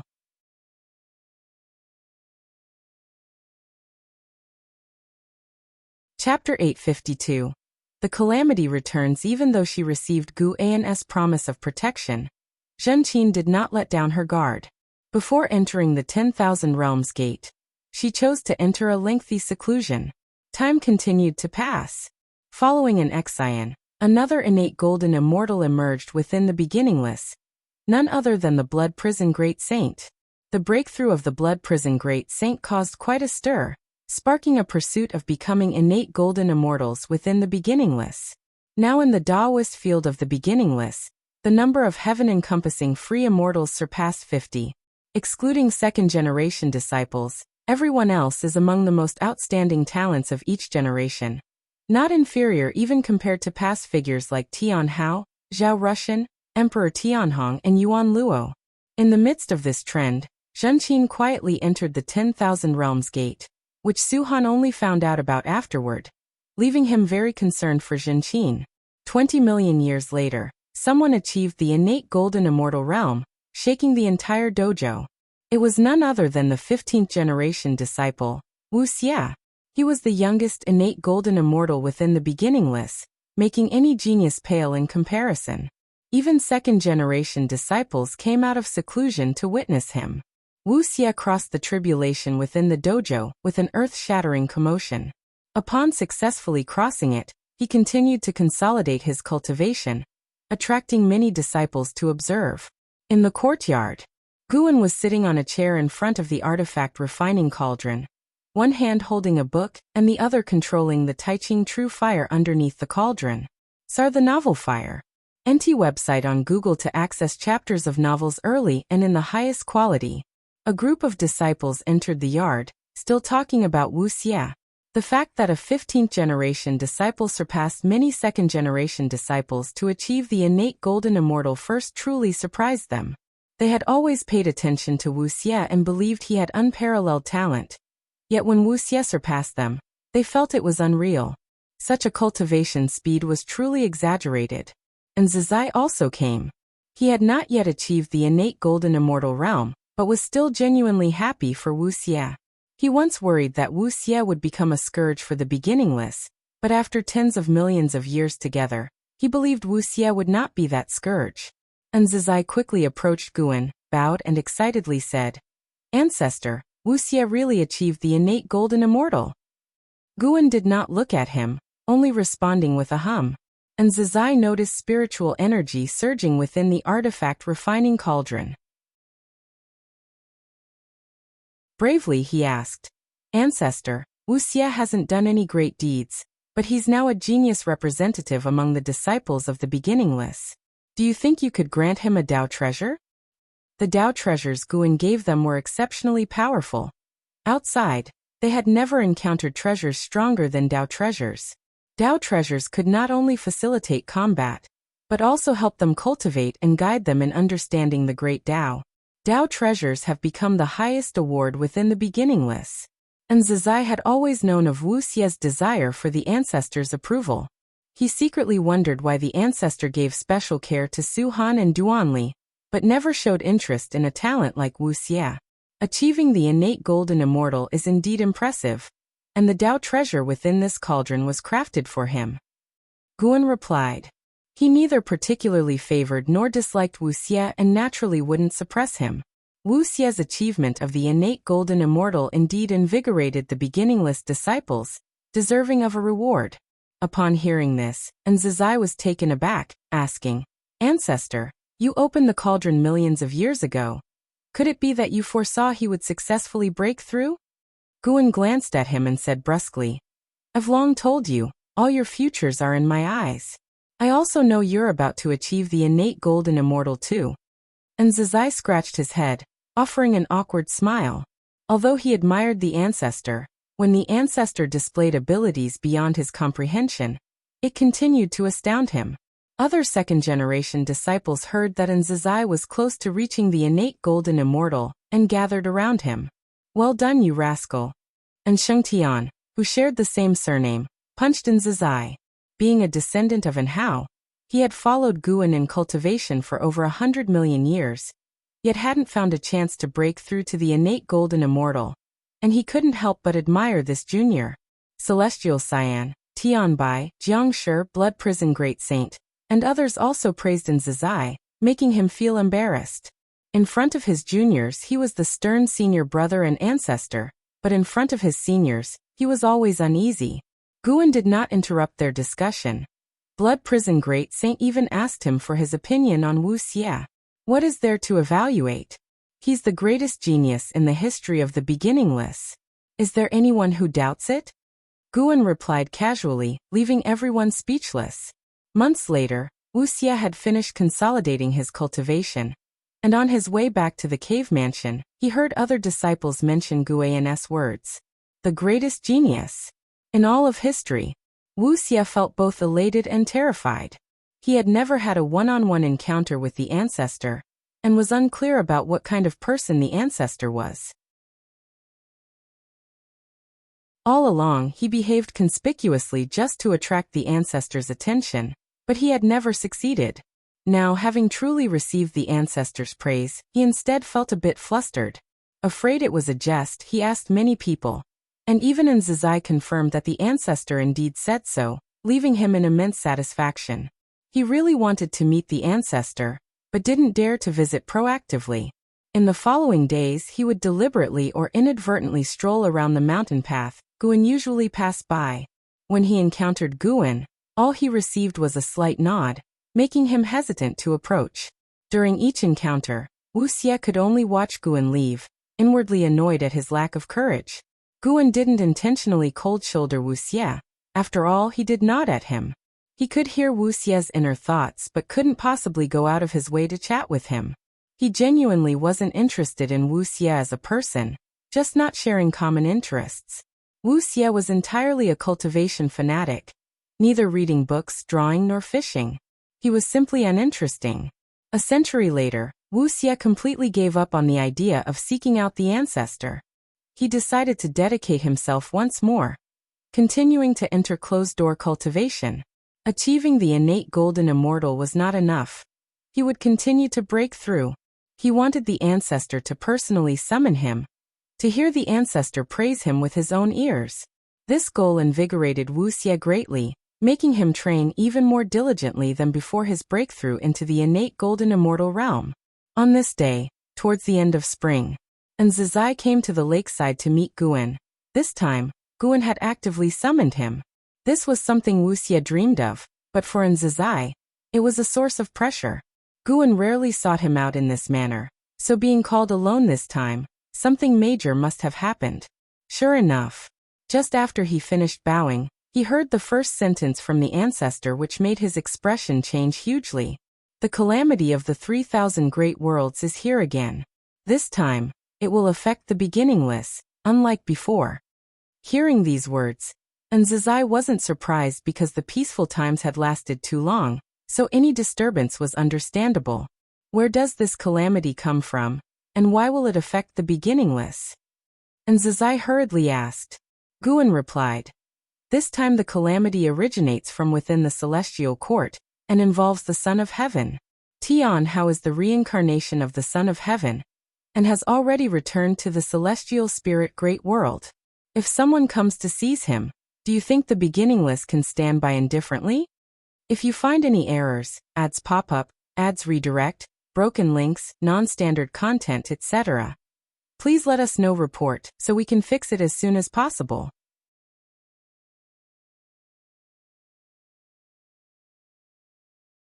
Chapter 853. Marshal of Heaven, the Celestial Court. Tianhao. With these two names appearing together, and Zizai immediately understood that the impending calamity would be even greater than the previous power struggle among the Sons of Heaven. Guan then briefly discussed the situation regarding the Heavenly Emperor, without revealing too much, but ensuring that Zizai understood what he would face next, while advising Zizai not to disclose the matter, and simply focus on planning his strategy to manage the calamity. Zizai grasped Guan's true intention. This was both a calamity for Wuxia and a trial set by the ancestor. He felt no pressure but was instead filled with determination. The ancestor would never test him without reason. Once he succeeded, the ancestor would undoubtedly reward him, assisting him to advance further and faster on his cultivation path. All right, go back and cultivate. Guan concluded their conversation, and Zizai immediately paid his respects and took his leave. After Zizai departed, Guan remained by the lakeside, continuing to fish. In his eyes, the lake surface reflected scenes of various futures. In the future, immortal gods would descend to the human world to slaughter the immortal cultivation sect, under the pretense of eradicating chaos evil demons. This was a tactic aimed at Xianyuan human venerable, who, when facing the overwhelming power of the Heavenly Emperor, would have no choice but to accept the immortal gods cleansing the human world. The masses, unaware of the Celestial Court's internal conflicts, would blame the disasters brought by the Celestial Court on Xianyuan human venerable, causing his faith to plummet, and eventually leading to his immortal position being undermined until it was stripped away by Tsangtian. Without his immortal position, the Heavenly Emperor would have countless ways to eliminate Xianyuan human venerable, while also reclaiming control over the 3,000 great worlds to establish a new order. The Heavenly Emperor's methods were truly ruthless and merciless. Many immortal gods believed the Heavenly Emperor resembled the Celestial Emperor the most, prompting Guan to wonder if the Celestial Emperor had once done similar things. Perhaps the 3,000 great worlds truly harbored chaos evil demons. Yet the Heavenly Emperor merely desired to leave the inhabitants of the 3,000 great worlds destitute. For the sake of power struggles, he trampled on all living beings carelessly, a behavior that Guan could not condone. However, there were countless individuals like the Heavenly Emperor, and Guan realized that if he tried to manage them all, he would never have a moment of peace. Evil is itself a part of the world. Guiding toward good is the righteous Tao, but evil cannot be eradicated. Guan would not extend his responsibility to cover the 3,000 great worlds. Protecting the celestial spirit great world was sufficient. Great calamities are ordeals that all beings need to undergo. Life is not always smooth for every living creature, and Guan wanted to see how Wuxia would perform in this great calamity. Since the end of the power struggle among the Sons of Heaven, the number of Wuxiji disciple had doubled, seemingly harmonious, but all under the guise of Wuxi's strength. Of course, for Guan, this great calamity also felt like a grand drama. Though the Heavenly Emperor acted against the 3,000 great worlds, he underestimated their essence. Little did he know, this conflict would exceed his expectations. Chaos evil demons would indeed emerge, and even the Celestial Tao Venerable would get involved. Guan was quite hesitant about whether to engage in a battle with the Celestial Emperor. Once he appeared openly with his grandeur, the Celestial Emperor would surely appear. According to his nature, he would definitely not engage in a battle unless he felt assured, and it wouldn't be stable unless he was a layer higher in the great realm above his enemy. Yet he had formed a bond with the Celestial Emperor during reincarnation, and it would be regrettable not to spar with the Celestial Emperor in the same realm. Although he hadn't yet found the opportunity for a breakthrough, his intuition told him that if he did, the Celestial Emperor could never catch up. Forget it. Safety is the most important. Guan decided he couldn't define the Celestial Emperor with imagination. He must consider the Celestial Emperor as the strongest, most evil enemy in order to prepare for any situation. Encountering a less malignant celestial emperor would be optimal. In thoughts, overestimate your opponent as much as possible. Guan thought while simulating the future. In the bright cosmic void, devoid of stars, only fragments of luminous clouds existed, some like the creation god mountain, others resembling divine beasts crouching, extraordinarily serene. Deep within the void, atop a sea of clouds stood a palace with red eaves, incessantly emitting golden glow. Above the door hung a placard engraved with Great World Divine Palace. Inside the palace, Xianyuan Human Venerable sat cross-legged on the lotus seat atop the high platform, his mana spreading, displaying a heaven and earth Dharma image behind him. Suddenly, footsteps echoed from the entrance, reverberating within the hall. Xianyuan Human Venerable slowly opened his eyes, gazing at the visitor, his brow furrowed. A man clad in silver battle armor approached, 2 large flags inserted on his back, a miniature flood dragon perched atop his crown, spirit mist rising at his feet, his entire presence imposing. The Marshal of Heaven. Xianyuan Human Venerable enunciated the visitor's title. Your Highness Xianyuan, I am here at the command of the Supreme Heavenly Monarch. The Marshal of Heaven advanced with the stride of a dragon and tiger, his voice arriving even before his person reached the steps, strong and unyielding, remaining unabashed even before the Son of Heaven. Xianyuan Human Venerable watched him, observing him approach the steps.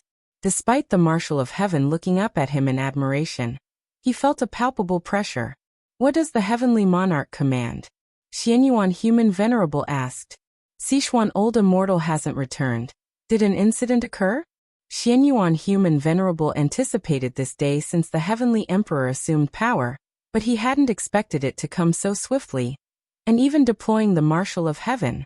The Marshal of Heaven was a supreme immortal, leading all celestial gods. In cultivation level, both were in the Miaojin Daoyuo immortal realm. Yet the Marshal of Heaven had reached the pinnacle of this realm, possibly stepping into the next great realm, which was the immortal Dao Peak. Sar the Nafire. Et website on Google to access chapters of novels early and in the highest quality. The Marshal of Heaven spoke emotionlessly. Since the dark heavenly court was repelled, the Heavenly Monarch has been divining the remnants of the dark heavenly court. Foreseeing that the 3,000 great worlds concealed the dark heavenly court's chess pieces, requiring complete eradication, he will deploy heavenly soldiers and generals to investigate the 3,000 great worlds, and you'll need to accompany me, as there was once contact between immortal gods and the dark heavenly court. Upon hearing this, Xianyuan Human Venerable was instantly incensed, eyes wide, roaring angrily. Impudence! I am the Son of Heaven, child of the Celestial Emperor. How could I collude with the dark heavenly court? The Marshal of Heaven replied calmly. Emperor Changyu dissipated the essence of his main body, transferring the origin into his avatar, which has already merged with the dark fortune. Hearing this, the furious Xianyuan Human Venerable was dismayed. How could this, Xianyuan Human Venerable suddenly lost words. Possible betrayal by the Son of Heaven conferred the Marshal of Heaven with the right to bring him back to the celestial court. However, Xianyuan Human Venerable could not fathom why the Son of Heaven would betray the celestial court. Could it be for the position of the celestial emperor? But Emperor Changyu had no interest in the position of the celestial emperor.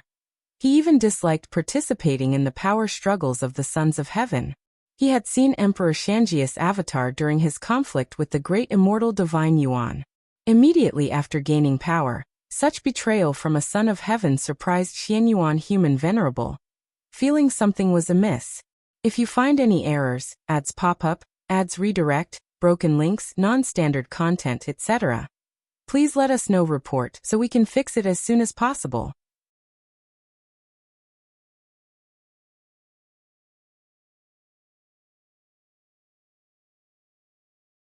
The time in the celestial court is different from that in the 3,000 great worlds. 7 million years is the time of the great thousand worlds, while not much time has passed in the celestial court. Among these immortal gods were 5 Dao Extreme Daoyuo immortals, who deliberately concealed their aura, but could not escape Gu An's discerning eyes. This differed from the future Guan had previously seen. Since the Emperor Xian was defeated in the celestial spirit Great World, the destiny of this calamity changed. Initially, only one Dao Extreme Daoyuo Immortal was to lead the army, and even without action, the Immortal God Army was enough to sweep across the 3,000 Great Worlds. Guan pulled up his attribute panel to check. Name: Guan. Lifespan: 157,690. 703/49, 662-347, 008, 512-977. Physique: Creation Essence. Body: Cultivation Level: Ultimate Merging Dao. Venerable Emperor Realm. Perfection: 4,900,000,000,000 years. Lifespan: nearly 5 trillion years. Lifespan. It seems a lot, but it's still far from a breakthrough.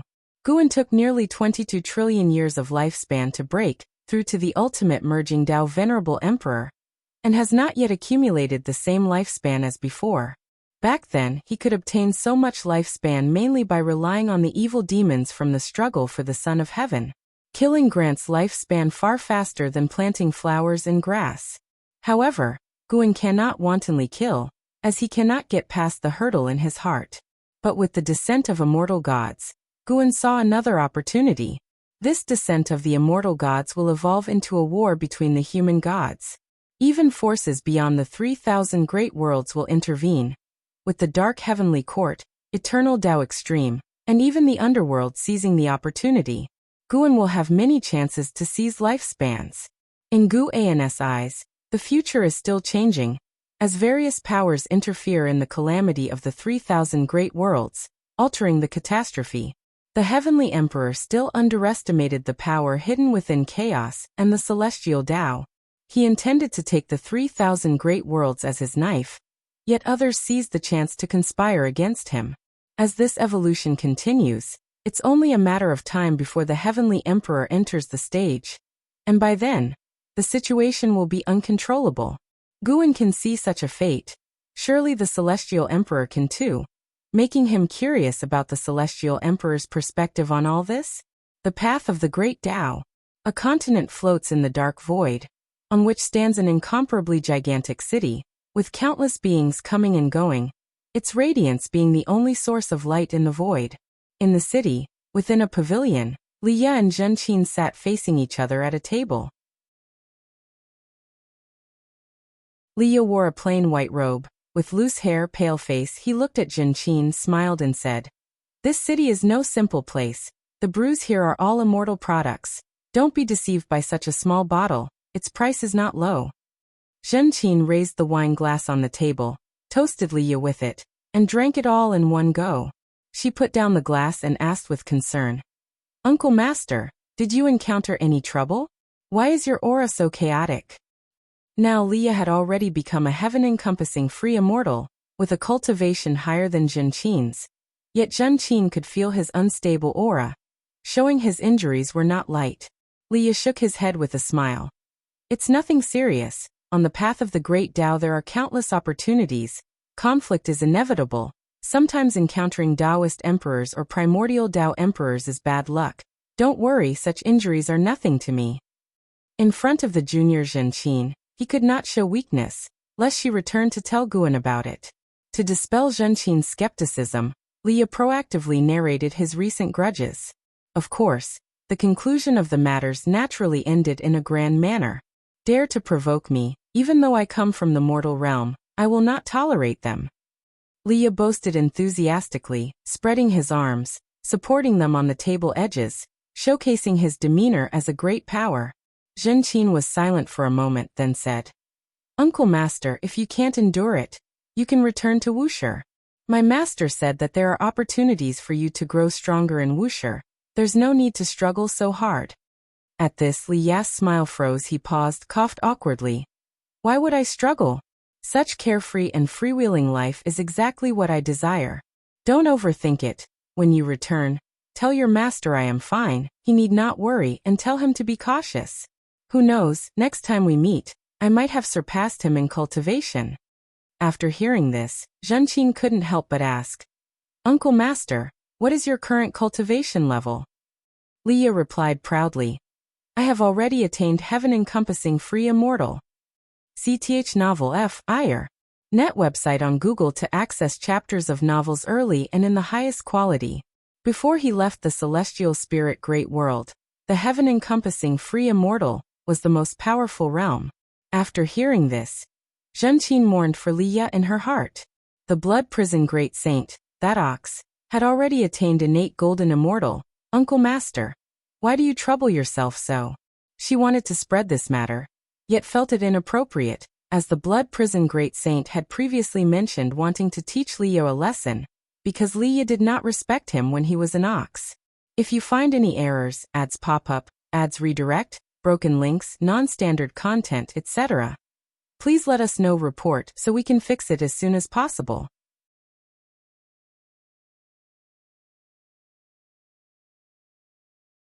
Chapter 855. Before the great change until the moment they parted, Zhenqin couldn't reveal the true situation of Wuxia, because Liya wasn't part of Wuxia yet. Naturally, she couldn't disclose all the details of Wuxia. She only needed to convey her master's intention. The fortuitous encounter with Liya made Zhenqin admire her master's ability to deduce events even more, while also leaving a deep impression on her heart. In all heavens and myriad realms, there are countless opportunities, but the true great opportunity is still her master. Cultivating beside her master is the fastest path of cultivation. Although Zhenqin thought this way, she didn't regret coming out. Only by broadening her horizons could she truly appreciate how precious what she had before was. Besides, she would return sooner or later, and she would earnestly reflect on everything she encountered along the way, transforming it into insights to bring back to Wuxia disciples. Walking through the streets of the city, Zhenqin's intense emotions grew even stronger. She suddenly thought of Shenzhen and Shangguan Xiener who loved to write, and then of the special works of book Saint Xuantianyi. If she could record the majestic sights she saw in a magic artifact and bring it back, would it be more effective?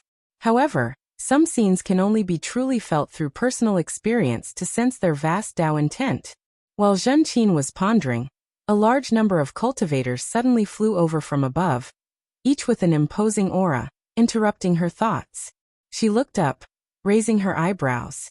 The unusual situation in the sky attracted the attention of the living beings on the streets, and they began to discuss.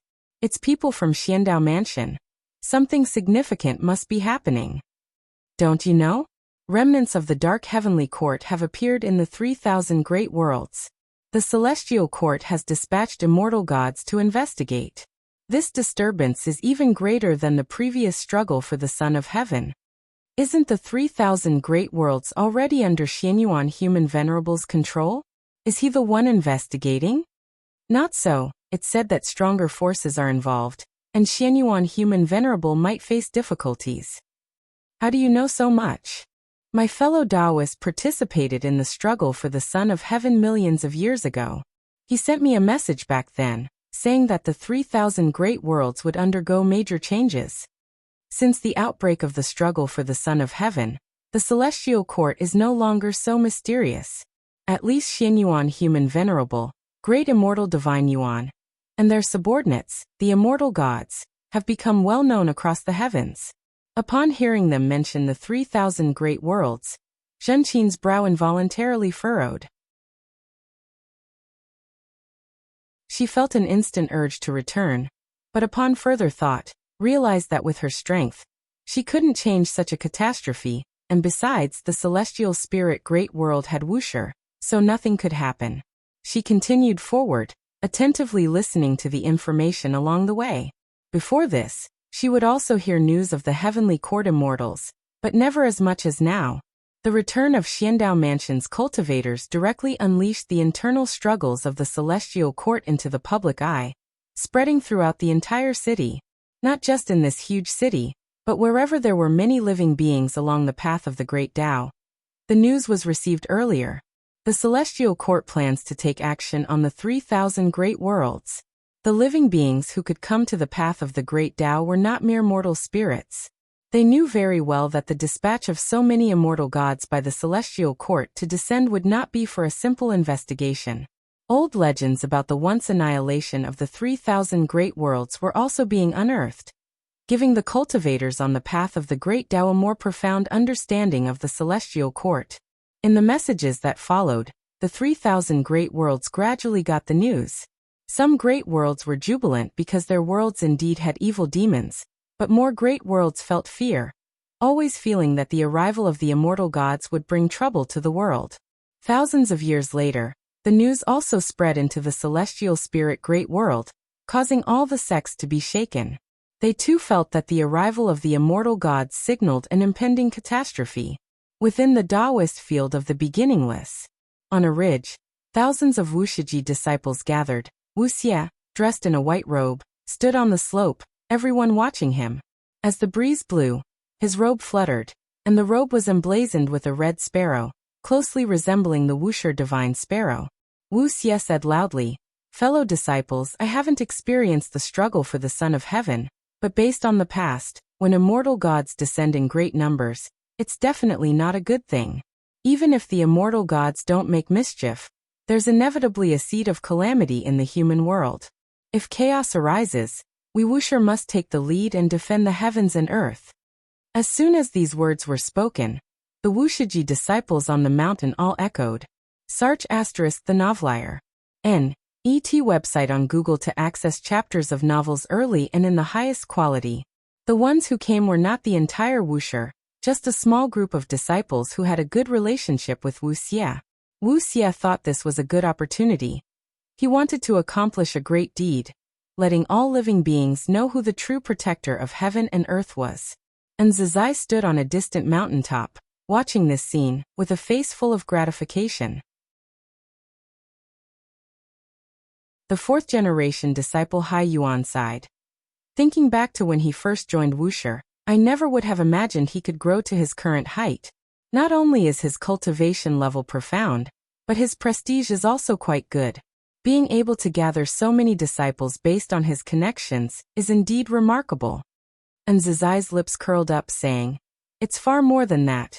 Nevertheless, he indeed exceeded my expectations." From initial caution to now, and Zizai held boundless expectations for Wuxia. He had taught many disciples, but none could compare to Wuxia. Unfortunately, Wuxia just couldn't catch the ancestors' attention. Could it be that Wuxia was too uninteresting? And Zizai often pondered this question, comparing Gu An's favorite disciple Su Han with Wuxia. Su Han's advantage was his love for play, but precisely because of this love for play, Su Han's Dao practice had already been overshadowed by Wuxia. If this was indeed the case, then Zizai really couldn't advise Wuxia because he believed that a love for play wasn't a good thing. Dao practice was most important. However, in front of Guan he wouldn't dare to voice these thoughts. "Uncle Master, if the immortal gods truly come to the celestial spirit great world, to what extent should we intervene?" Hai Yuan looked at Zizai, hesitantly asking. The trend of events was like a torrent, unstoppable. The immortal gods had not yet arrived, but the atmosphere among various sects in the world had already become tense. They would wonder who the immortal gods were targeting, and who would be affected. Would the dominant position of the Heavenly Spirit Tao Alliance face destabilization? They needed to prepare for all troubles, and also wait for the possible downfall of the Heavenly Spirit Tao Alliance. In worldly affairs, Wuxia cannot rush to the forefront. It just needs to act at critical moments, otherwise, its nature would change. And Zizai said meaningfully. He had lived many years and witnessed numerous catastrophes, having developed his understanding of the evolution of the world's grand trend. Hai Yuan pondered his words carefully. Meanwhile, Guan was in his courtyard reading a book. As the news of the immortal gods spread wildly, Xuantianyi surprisingly began writing stories about the immortal gods. To his knowledge, Xuantianyi had never interacted with the immortal gods, but precisely because of this he dared to pen the romantic tales of the immortal gods. The male and female protagonists turn love into hate. Battling beyond the heavens, countless worlds annihilated. When only a sliver of strength remained in either of them, they looked at each other's weakened state and reminisced about the bits and pieces of the past. Whereupon love rekindled. Absurd. But the details were well described, making Guan find it quite interesting. If you find any errors, ads pop up, ads redirect, broken links, non-standard content, etc., please let us know report so we can fix it as soon as possible.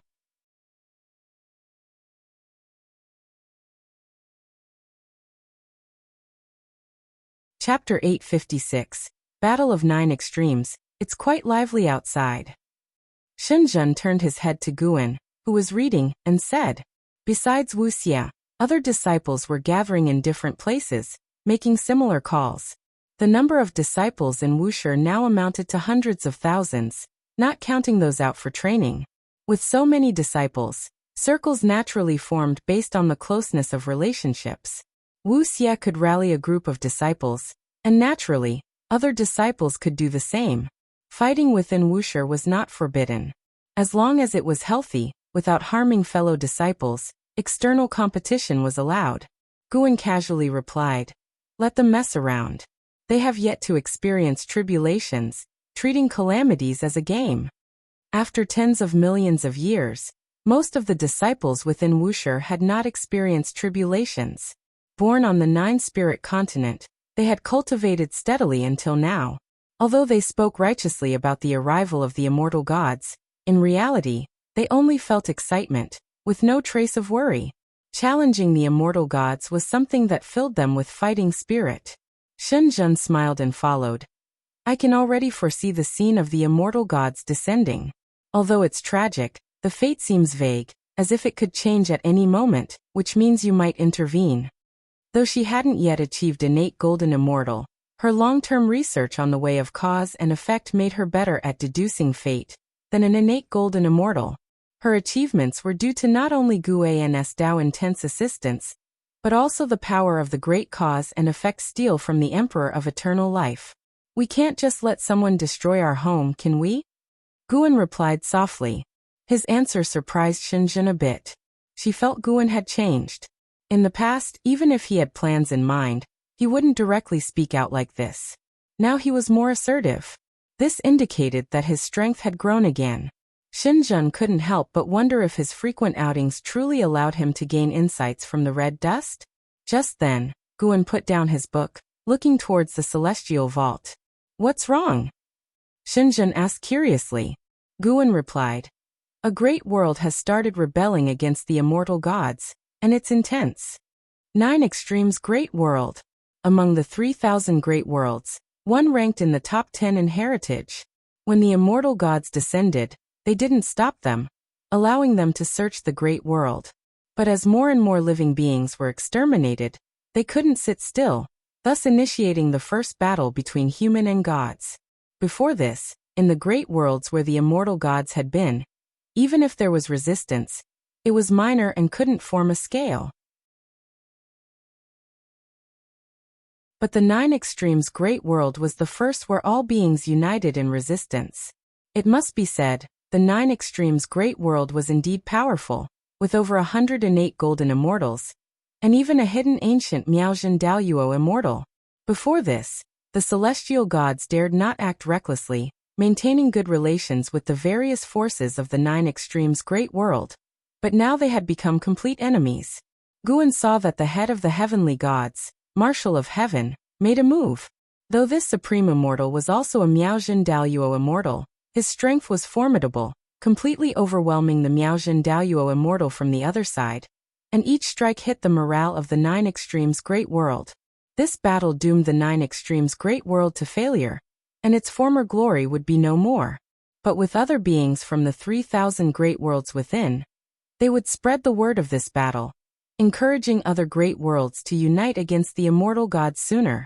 Hearing Guan's words, Shenzhen immediately tried to deduce the situation, but unfortunately, her abilities weren't enough to calculate it. Can you let me see? Shenzhen asked curiously.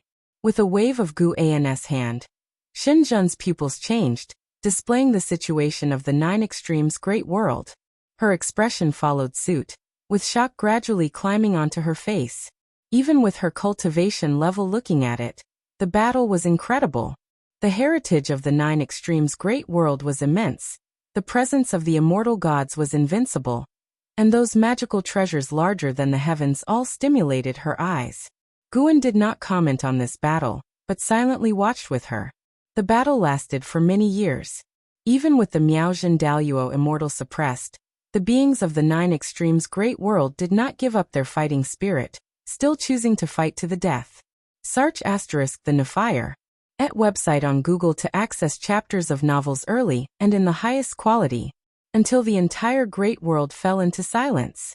The Nine Extremes Great World was dozens of times larger than the celestial spirit Great World, with an extremely vast number of living beings. But such a vast world turned into a human purgatory in less than a century. Some living beings were still alive but hid in the shadows, not daring to see the daylight. The presence of the roaming immortal gods appeared like evil demons in their eyes. In the void, Marshal of Heaven hovered above the Nine Extremes Great World, looking down at the celestial Tao light layer above, watching as the light layer gradually dimmed, his brows furrowed. A celestial god approached him, asking in a low voice, "Marshal, are we really doing the right thing?" Even for the celestial gods who disregard all living beings, seeing so many beings die would cause unease in their hearts. Marshal of Heaven remained expressionless, not answering. He knew more than the celestial gods did, and because of this, his emotions were even more turbulent inside. Yet he never showed it. Seeing he didn't want to answer, the celestial god could only retreat. After a while, Marshal of Heaven seemed to sense something, turning his head to see a figure looking at him from the end of the void. He immediately moved over, but when he arrived, the figure was already gone, as if it had never appeared. He turned to look again, finding that figure standing further away in the void, quietly watching him. He discovered his divine sense couldn't capture that figure. Clearly, the other was not truly present, likely a remnant of some great Tao. He no longer moved, instead standing and observing the figure, becoming more and more shocked as he thought of a specific existence. What's happening? How can he appear? Marshal of Heaven's expression became serious for the first time, his eyes filled with dread. Since the news of the impending arrival of the immortal gods spread, the Heavenly Spirit Tao Alliance began deploying beyond outer heaven, and the cultivators near the world gate grew in number.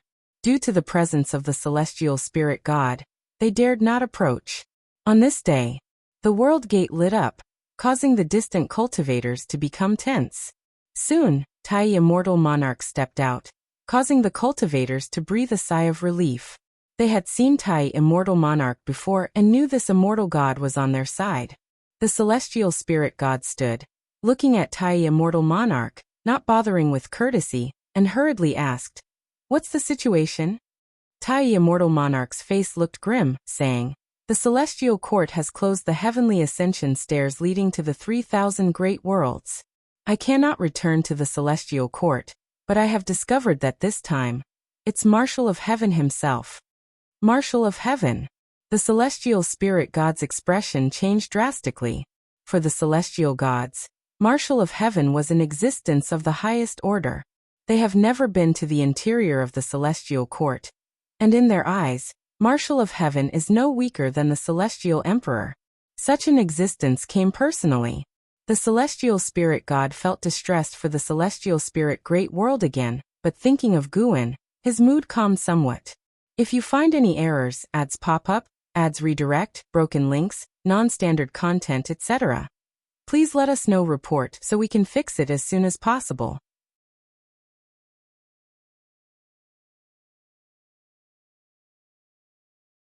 Chapter 857. The Will of All Beings. I can confirm that this time, the action against the 3,000 great worlds is not the scheme of any particular entity, but the will of the entire celestial court. The situation is far worse than we anticipated. Tai Immortal Monarch said with a frown, his face looking very grim. Upon hearing this, the celestial spirit god became even more worried, because he knew that behind this action by the immortal gods was the will of the heavenly emperor, whose true intention was to annihilate Xianyuan human venerable and Tian Hao. The world gate returned to normal, and the cultivators watching from afar dared not approach, leaving only the two immortal gods in silence. For a long time, Tai Immortal Monarch spoke. What we can do is defend the celestial spirit great world. Don't think too much about anything else. The more you think, the more chaotic your mind becomes. The celestial spirit god nodded, and then bowed to Tai Immortal Monarch. Tai Immortal Monarch gave him a deep look, then disappeared from the spot. The celestial spirit god sat back down and continued his cultivation, his desire to become stronger now unprecedentedly intense. The years continued to pass. The sensational war of the Nine Extremes Great World eventually spread, reaching even into the celestial spirit Great World, causing panic among all the sects in the world, but also conveying a certain power. Although the Nine Extremes Great World was defeated, the bravery it exhibited shocked all living beings. How could the immortal gods expect the mortal spirits to quietly accept death? That was never possible. A seed of rebellion against the immortal gods took root and began to sprout in the hearts of all beings. Great powers began to use their teachings to inspire all living beings to defend their own realms. The Heavenly Spirit Tao Alliance was one such example, starting to widely publicize the tragic situation of the Nine Extremes Great World, urging all beings to abandon fantasies and prepare for battle. Some questioned whether the Nine Extremes Great World truly harbored evil demons, but such voices were quickly drowned out. A long-standing peace lulled the celestial spirit Great World into a state of confidence. No sect fell into despair, not even the most cautious Heavenly Spirit Tao Alliance, which still harbored a hint of hope. 3 million years passed. The immortal gods had still not descended upon the celestial spirit Great World. The mass of living beings had already forgotten this shadow, yet the immortal cultivation realm remained tense. Led by the Great Thousand Worlds, they prepared to form a Great Thousand World Alliance to aid the Great Worlds suffering devastation.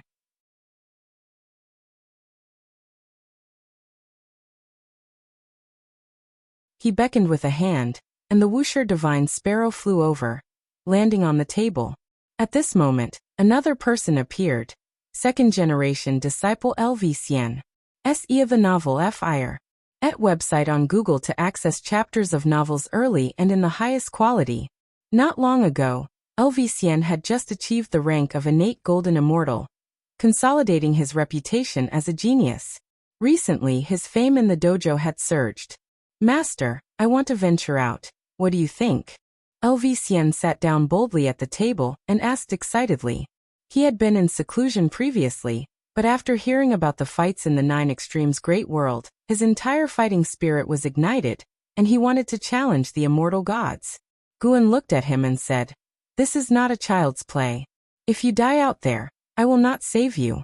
The sharpness of the celestial court is something I must avoid unless it is unavoidable." LV Xian laughed. "Don't worry, I won't act recklessly. I will visit those ruined Great Thousand Worlds, challenge the guardian heavenly gods, and rescue the suffering living beings. If you've thought it through, then go ahead." Guan replied casually. LV Xian was overjoyed, quickly thanked him, and then got up to leave. LV Xian had barely left when Shengtian and Jiangshi arrived.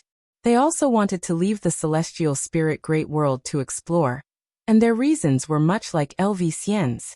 After a word of caution, Guan allowed them to go. Faced with the catastrophe brought about by the immortal gods, although most beings felt uneasy, those self-proclaimed outstanding cultivators saw it as an opportunity.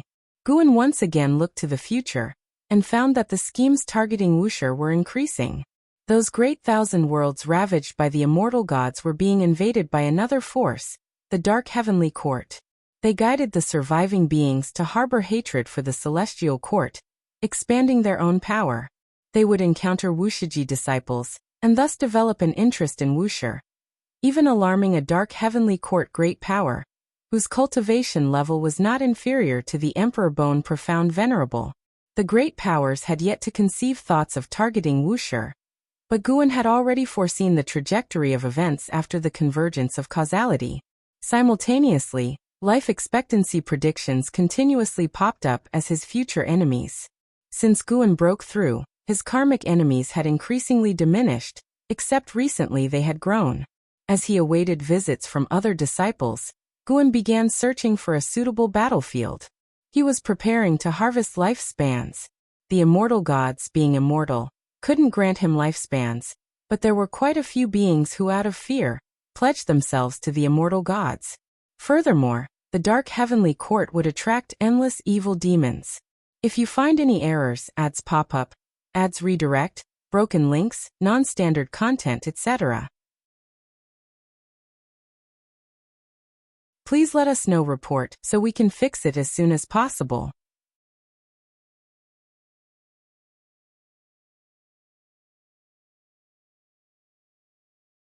Chapter 858. Are you an immortal? The world was dim, boundless dark clouds covering the sky, the earth barren, mountains shattered. Looking around, the ground was full of pits and hollows, no flowers or grass in sight. Everything seemed so desolate, so lifeless. On a land full of broken stones, two small figures were walking forward, their bodies swaying, as if they might collapse at any moment. Leading the way was a skinny young boy, appearing 12 or 13 years old, dressed in tattered clothes, filthy all over, hair like a bird's nest, barefoot, with blood-stained ankles that had long dried. Behind him was a girl of 7 or 8, ragged and dirty like the boy ahead. She held a withered flower in her hand, her head bowed, walking slowly, the distance between her and the boy constantly widening. The boy stopped, turned and looked at his sister, who was already 10 zhang away from him, without speaking, just quietly watching her. He waited until the girl approached him before turning to continue forward. He walked like this, stopping and going, occasionally waiting for his sister, endlessly it seemed, while the world remained perpetually dim, indistinguishable between day and night, the path visible but with no sight of bright light.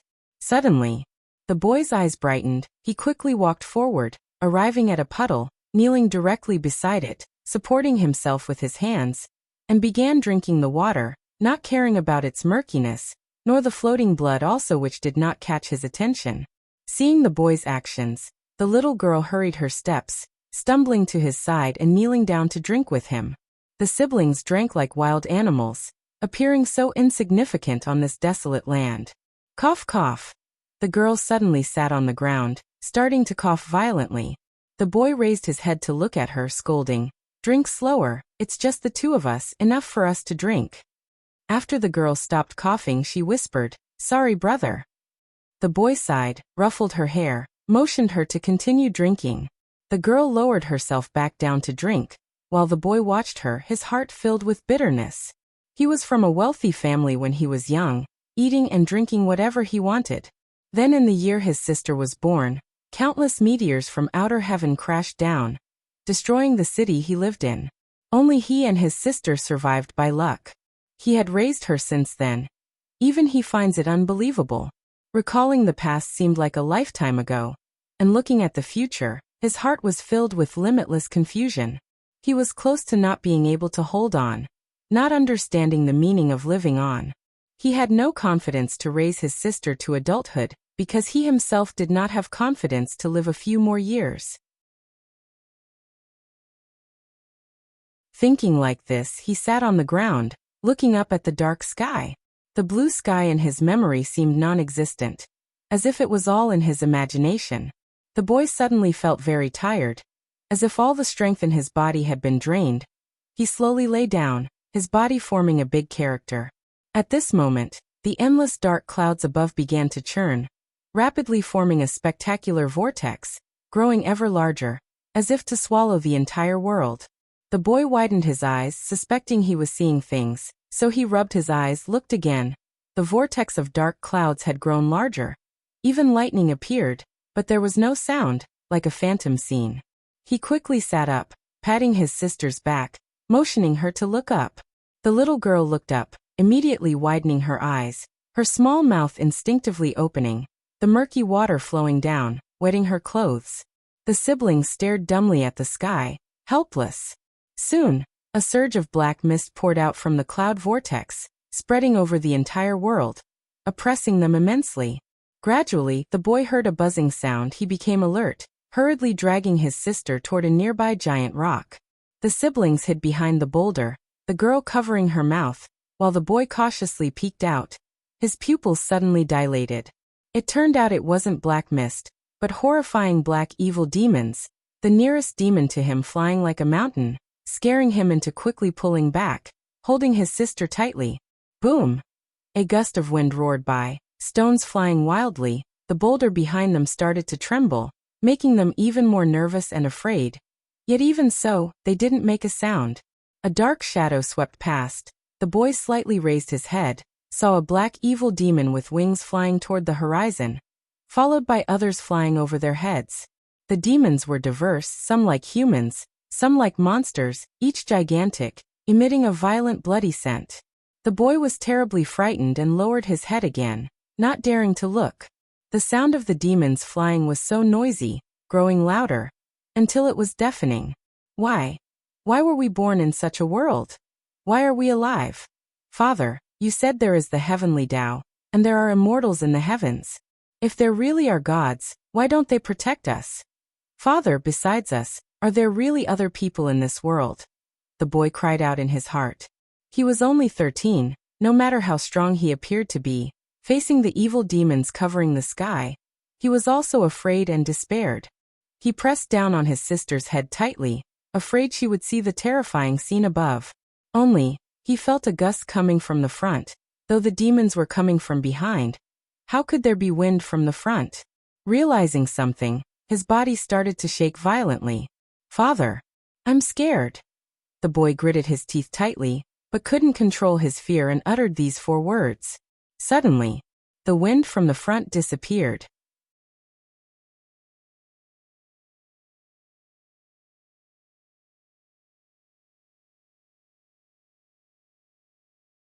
Chapter 859. Can't survive even one move. I am not an immortal. I am just like you, a human. Guan turned back to look at the celestial vault and replied, as warnings about seizing lifespan continued to flash before his eyes. The evil demons in this world seem innumerable, but actually most are mere avatars, feigning an overwhelming momentum to terrify all living beings. The boy and the young girl heard Guan's response, and their tension dissipated, replaced by great joy. Besides them, there were other living people and seemingly very powerful ones. Big brother, what's happening with those guys in the sky? The boy mustered the courage to ask. Although surprised by Guan's appearance, he had not witnessed Guan in action, so he was filled with curiosity and confusion. Guan turned to look at them. Although the siblings appeared pitiful and miserable, he felt little sympathy, having seen beings far worse off while overseeing the heavens. S.E. of the novel Fire. Any *T website on Google to access chapters of novels early and in the highest quality. They are being expelled. This land will soon be restored to its former state. Head north and you can meet others. Everything will get better. Guan replied. Within less than 10 years, this world's beings had faced a decimation of 99%, and the survivors harbored hatred toward the immortal gods, passing down tales of their suffering to instill a disdain for the immortals in future generations. He wouldn't help all beings uncover the truth. No matter the case, their plight was indeed caused by immortals. With those words, Guan walked away in another direction. Big brother, was it you who saved us just now? The boy hurriedly took 2 steps forward, loudly asking, his gaze filled with tension and anticipation directed at Guan. Guan paused without turning back, said, Yes, it was me. What of it? I can't take you with me. There are still many evil demons waiting for me to vanquish. Upon hearing this, the boy grew excited, immediately kneeling and kowtowing to Guan. The young girl followed suit, mimicking her brother. With a wave of his right hand, Guan dropped 2 secret technique manuals in front of the boy. Hearing the sound, the boy looked up, but Guan's figure had vanished. He cautiously picked up the 2 manuals before him. He was not very literate but had heard childhood tales of books containing the path to immortality. He tucked the manuals into his chest, his eyes brimming with longing. The clouds in the sky began to disperse. Sunlight bathed the land, symbolizing the arrival of light. Guan's image was etched in the boy's mind, who silently vowed that he would become a hero like that big brother. Oh no, I forgot to ask his name. The boy quickly got up and began to shout for the big brother, but no matter how he called, there was no response. At dusk, Guan walked along the mountain path towards his courtyard, not having fully eradicated the evil demons of one world today. He planned to proceed slowly to avoid drawing the attention of the dark heavenly court. These days, countless large worlds and little worlds suffered. Places where celestial Tao destiny was weakened were filled with bloodshed and savagery. Not just the dark heavenly court and immortal gods wreaked havoc.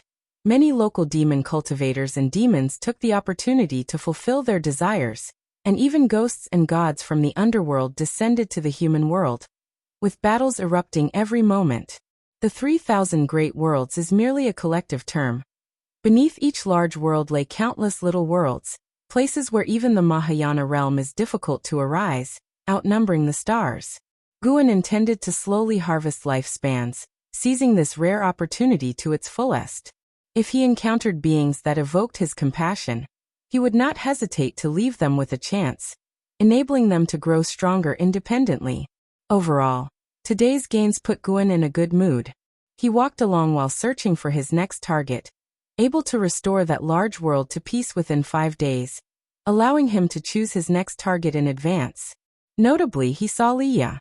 Leah, who had been cultivating on the path of the great Tao, away from this turmoil, couldn't restrain himself after hearing about the immortal god's chaos, heading to the great thousand world to rescue all living beings.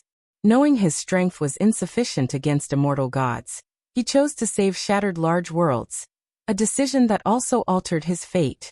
Guan foresaw that Li Ya's future would reach greater heights, even paving his own path. "Senior brother, I underestimated you." Guan smiled, thinking to himself that while Leah had abundant opportunities, without his backing, Leah would have died long ago, so he viewed Li Ya's limits as far below Ji Xiaoyu's.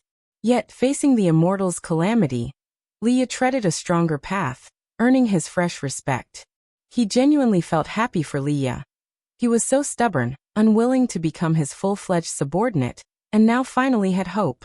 A more joyous Guan returned to the courtyard, where an Xian, rare to exit seclusion, was standing by the artifact refining cauldron, chatting with Shenzhen. Seeing Guan, she immediately approached. "Master, I recently had some insights, could you evaluate them?" An Xian asked expectantly. For tens of millions of years, she had almost always been in seclusion, single-mindedly pursuing the Tao. Her immortal emperor's eye became increasingly powerful, but she always felt inadequately strong, pushing ever onward. Guan replied, "Come here early tomorrow. I will take you out. You will gain something from travel."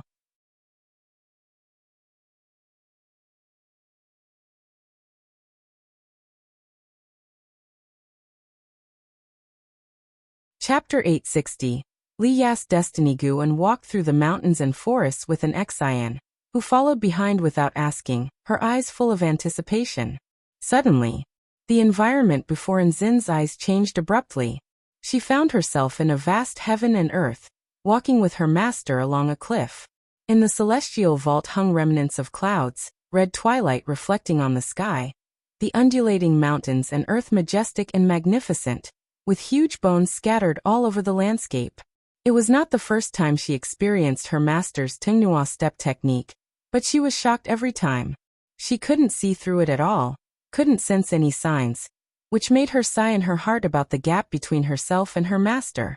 Even with the immortal emperor's eye, she couldn't see through her master's divine skills.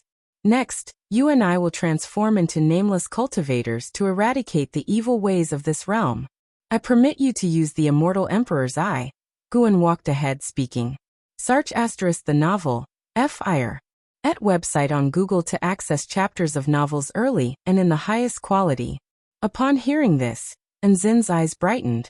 Her immortal emperor's eye could only be used during sparring with Wuxia disciples. But those sparrings were always stopped quickly. She had never felt the limits of the immortal emperor's eye. "Master, where is this place?" An Xian quickened her pace, came alongside Guan, and asked softly.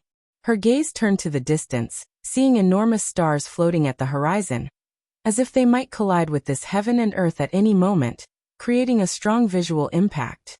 "This is a great thousand world once ravaged by immortal gods. I came yesterday, but haven't completely cleared the evil demons of this realm yet," Guan replied, then put forth a few requirements, forbidding an Xian from using the Tao treasure, preferably only using the immortal emperor's eye to solve enemies. Though constrained, Nzin's fighting spirit rose. To fight using only the immortal emperor's eye? Just thinking about it made her somewhat impatient. And so, Guan led an Xian to continue plundering lifespans, leaving the fighting to an Xian. But when she was about to slay the enemy, he quietly intervened, personally finishing the enemy. His mana was very concealed. Even Nzin's immortal emperor's eye couldn't capture it, making her think she was truly the one who slew the evil demon.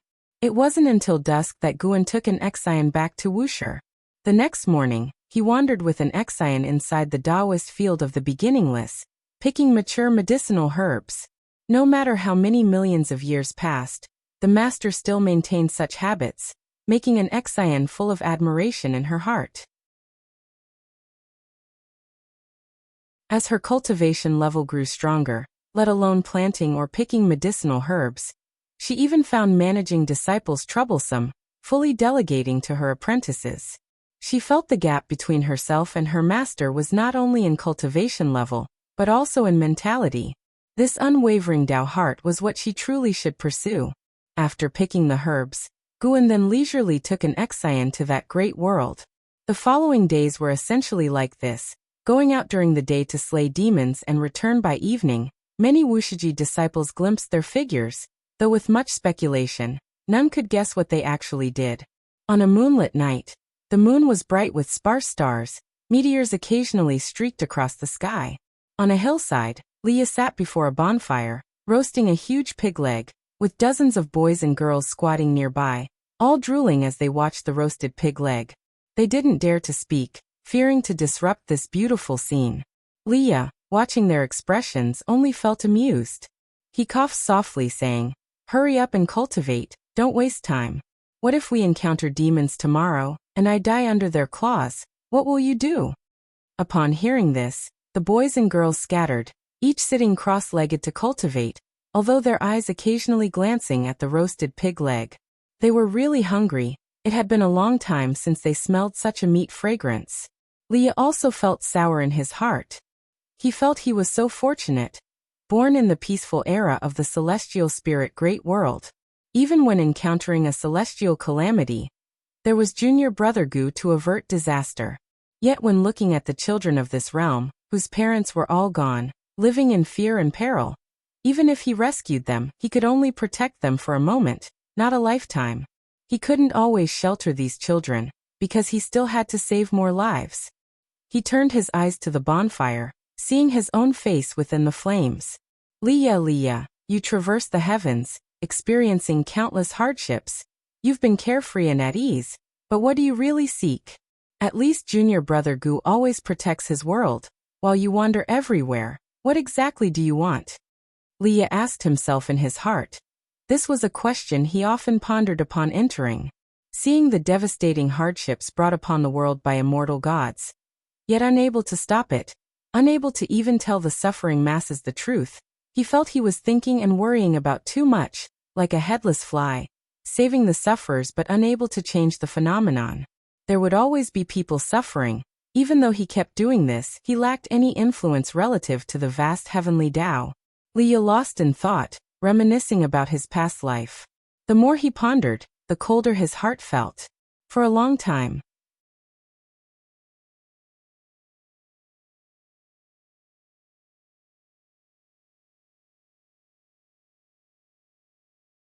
Chapter 861.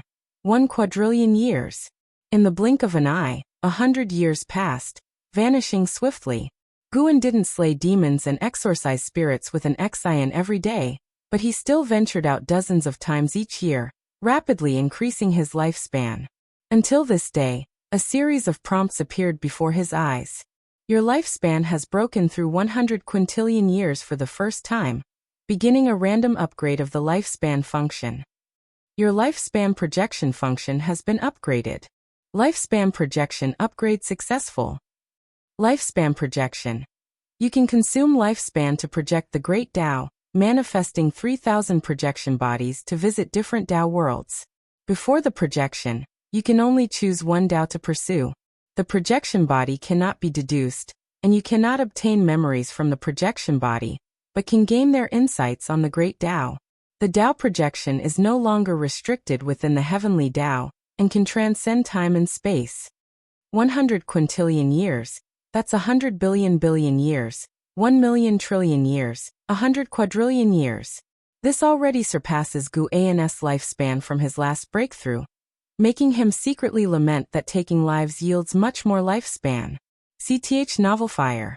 Net website on Google to access chapters of novels early and in the highest quality. It's still not enough. He feels the lifespan should increase by another digit to have hope of a breakthrough, for he already feels nearly invincible, a strength beyond the Supreme Emperor of ultimate merging Tao, a realm he cannot yet imagine. Breaking through the Great Realm is bound to be a qualitative change, far from just a simple enhancement of cultivation level. Seeing the new lifespan projection, Guan was interested. Simply put, it expanded the scope of lifespan projection, from within the heavenly Tao to outside it, and can project into the past and future. The specific scope is not yet known. Guan decided to try the lifespan projection after returning. He stopped thinking about the lifespan projection, and turned his gaze toward the end of the world, where an unparalleled battle was taking place, with an Exian as one of the combatants. The celestial dome revealed a pair of giant purple eyes, overlooking the world, causing this space to fall into some sort of restriction, within which the battle did not affect the heavens and earth. Fighting against an Exian was an innate golden immortal, frantically attacking. Upon closer inspection, an Exian was flying swiftly, and although her opponent showed great divine skills, they couldn't hit her. The display of divine skills was spectacular, yet they never managed to touch an Exian.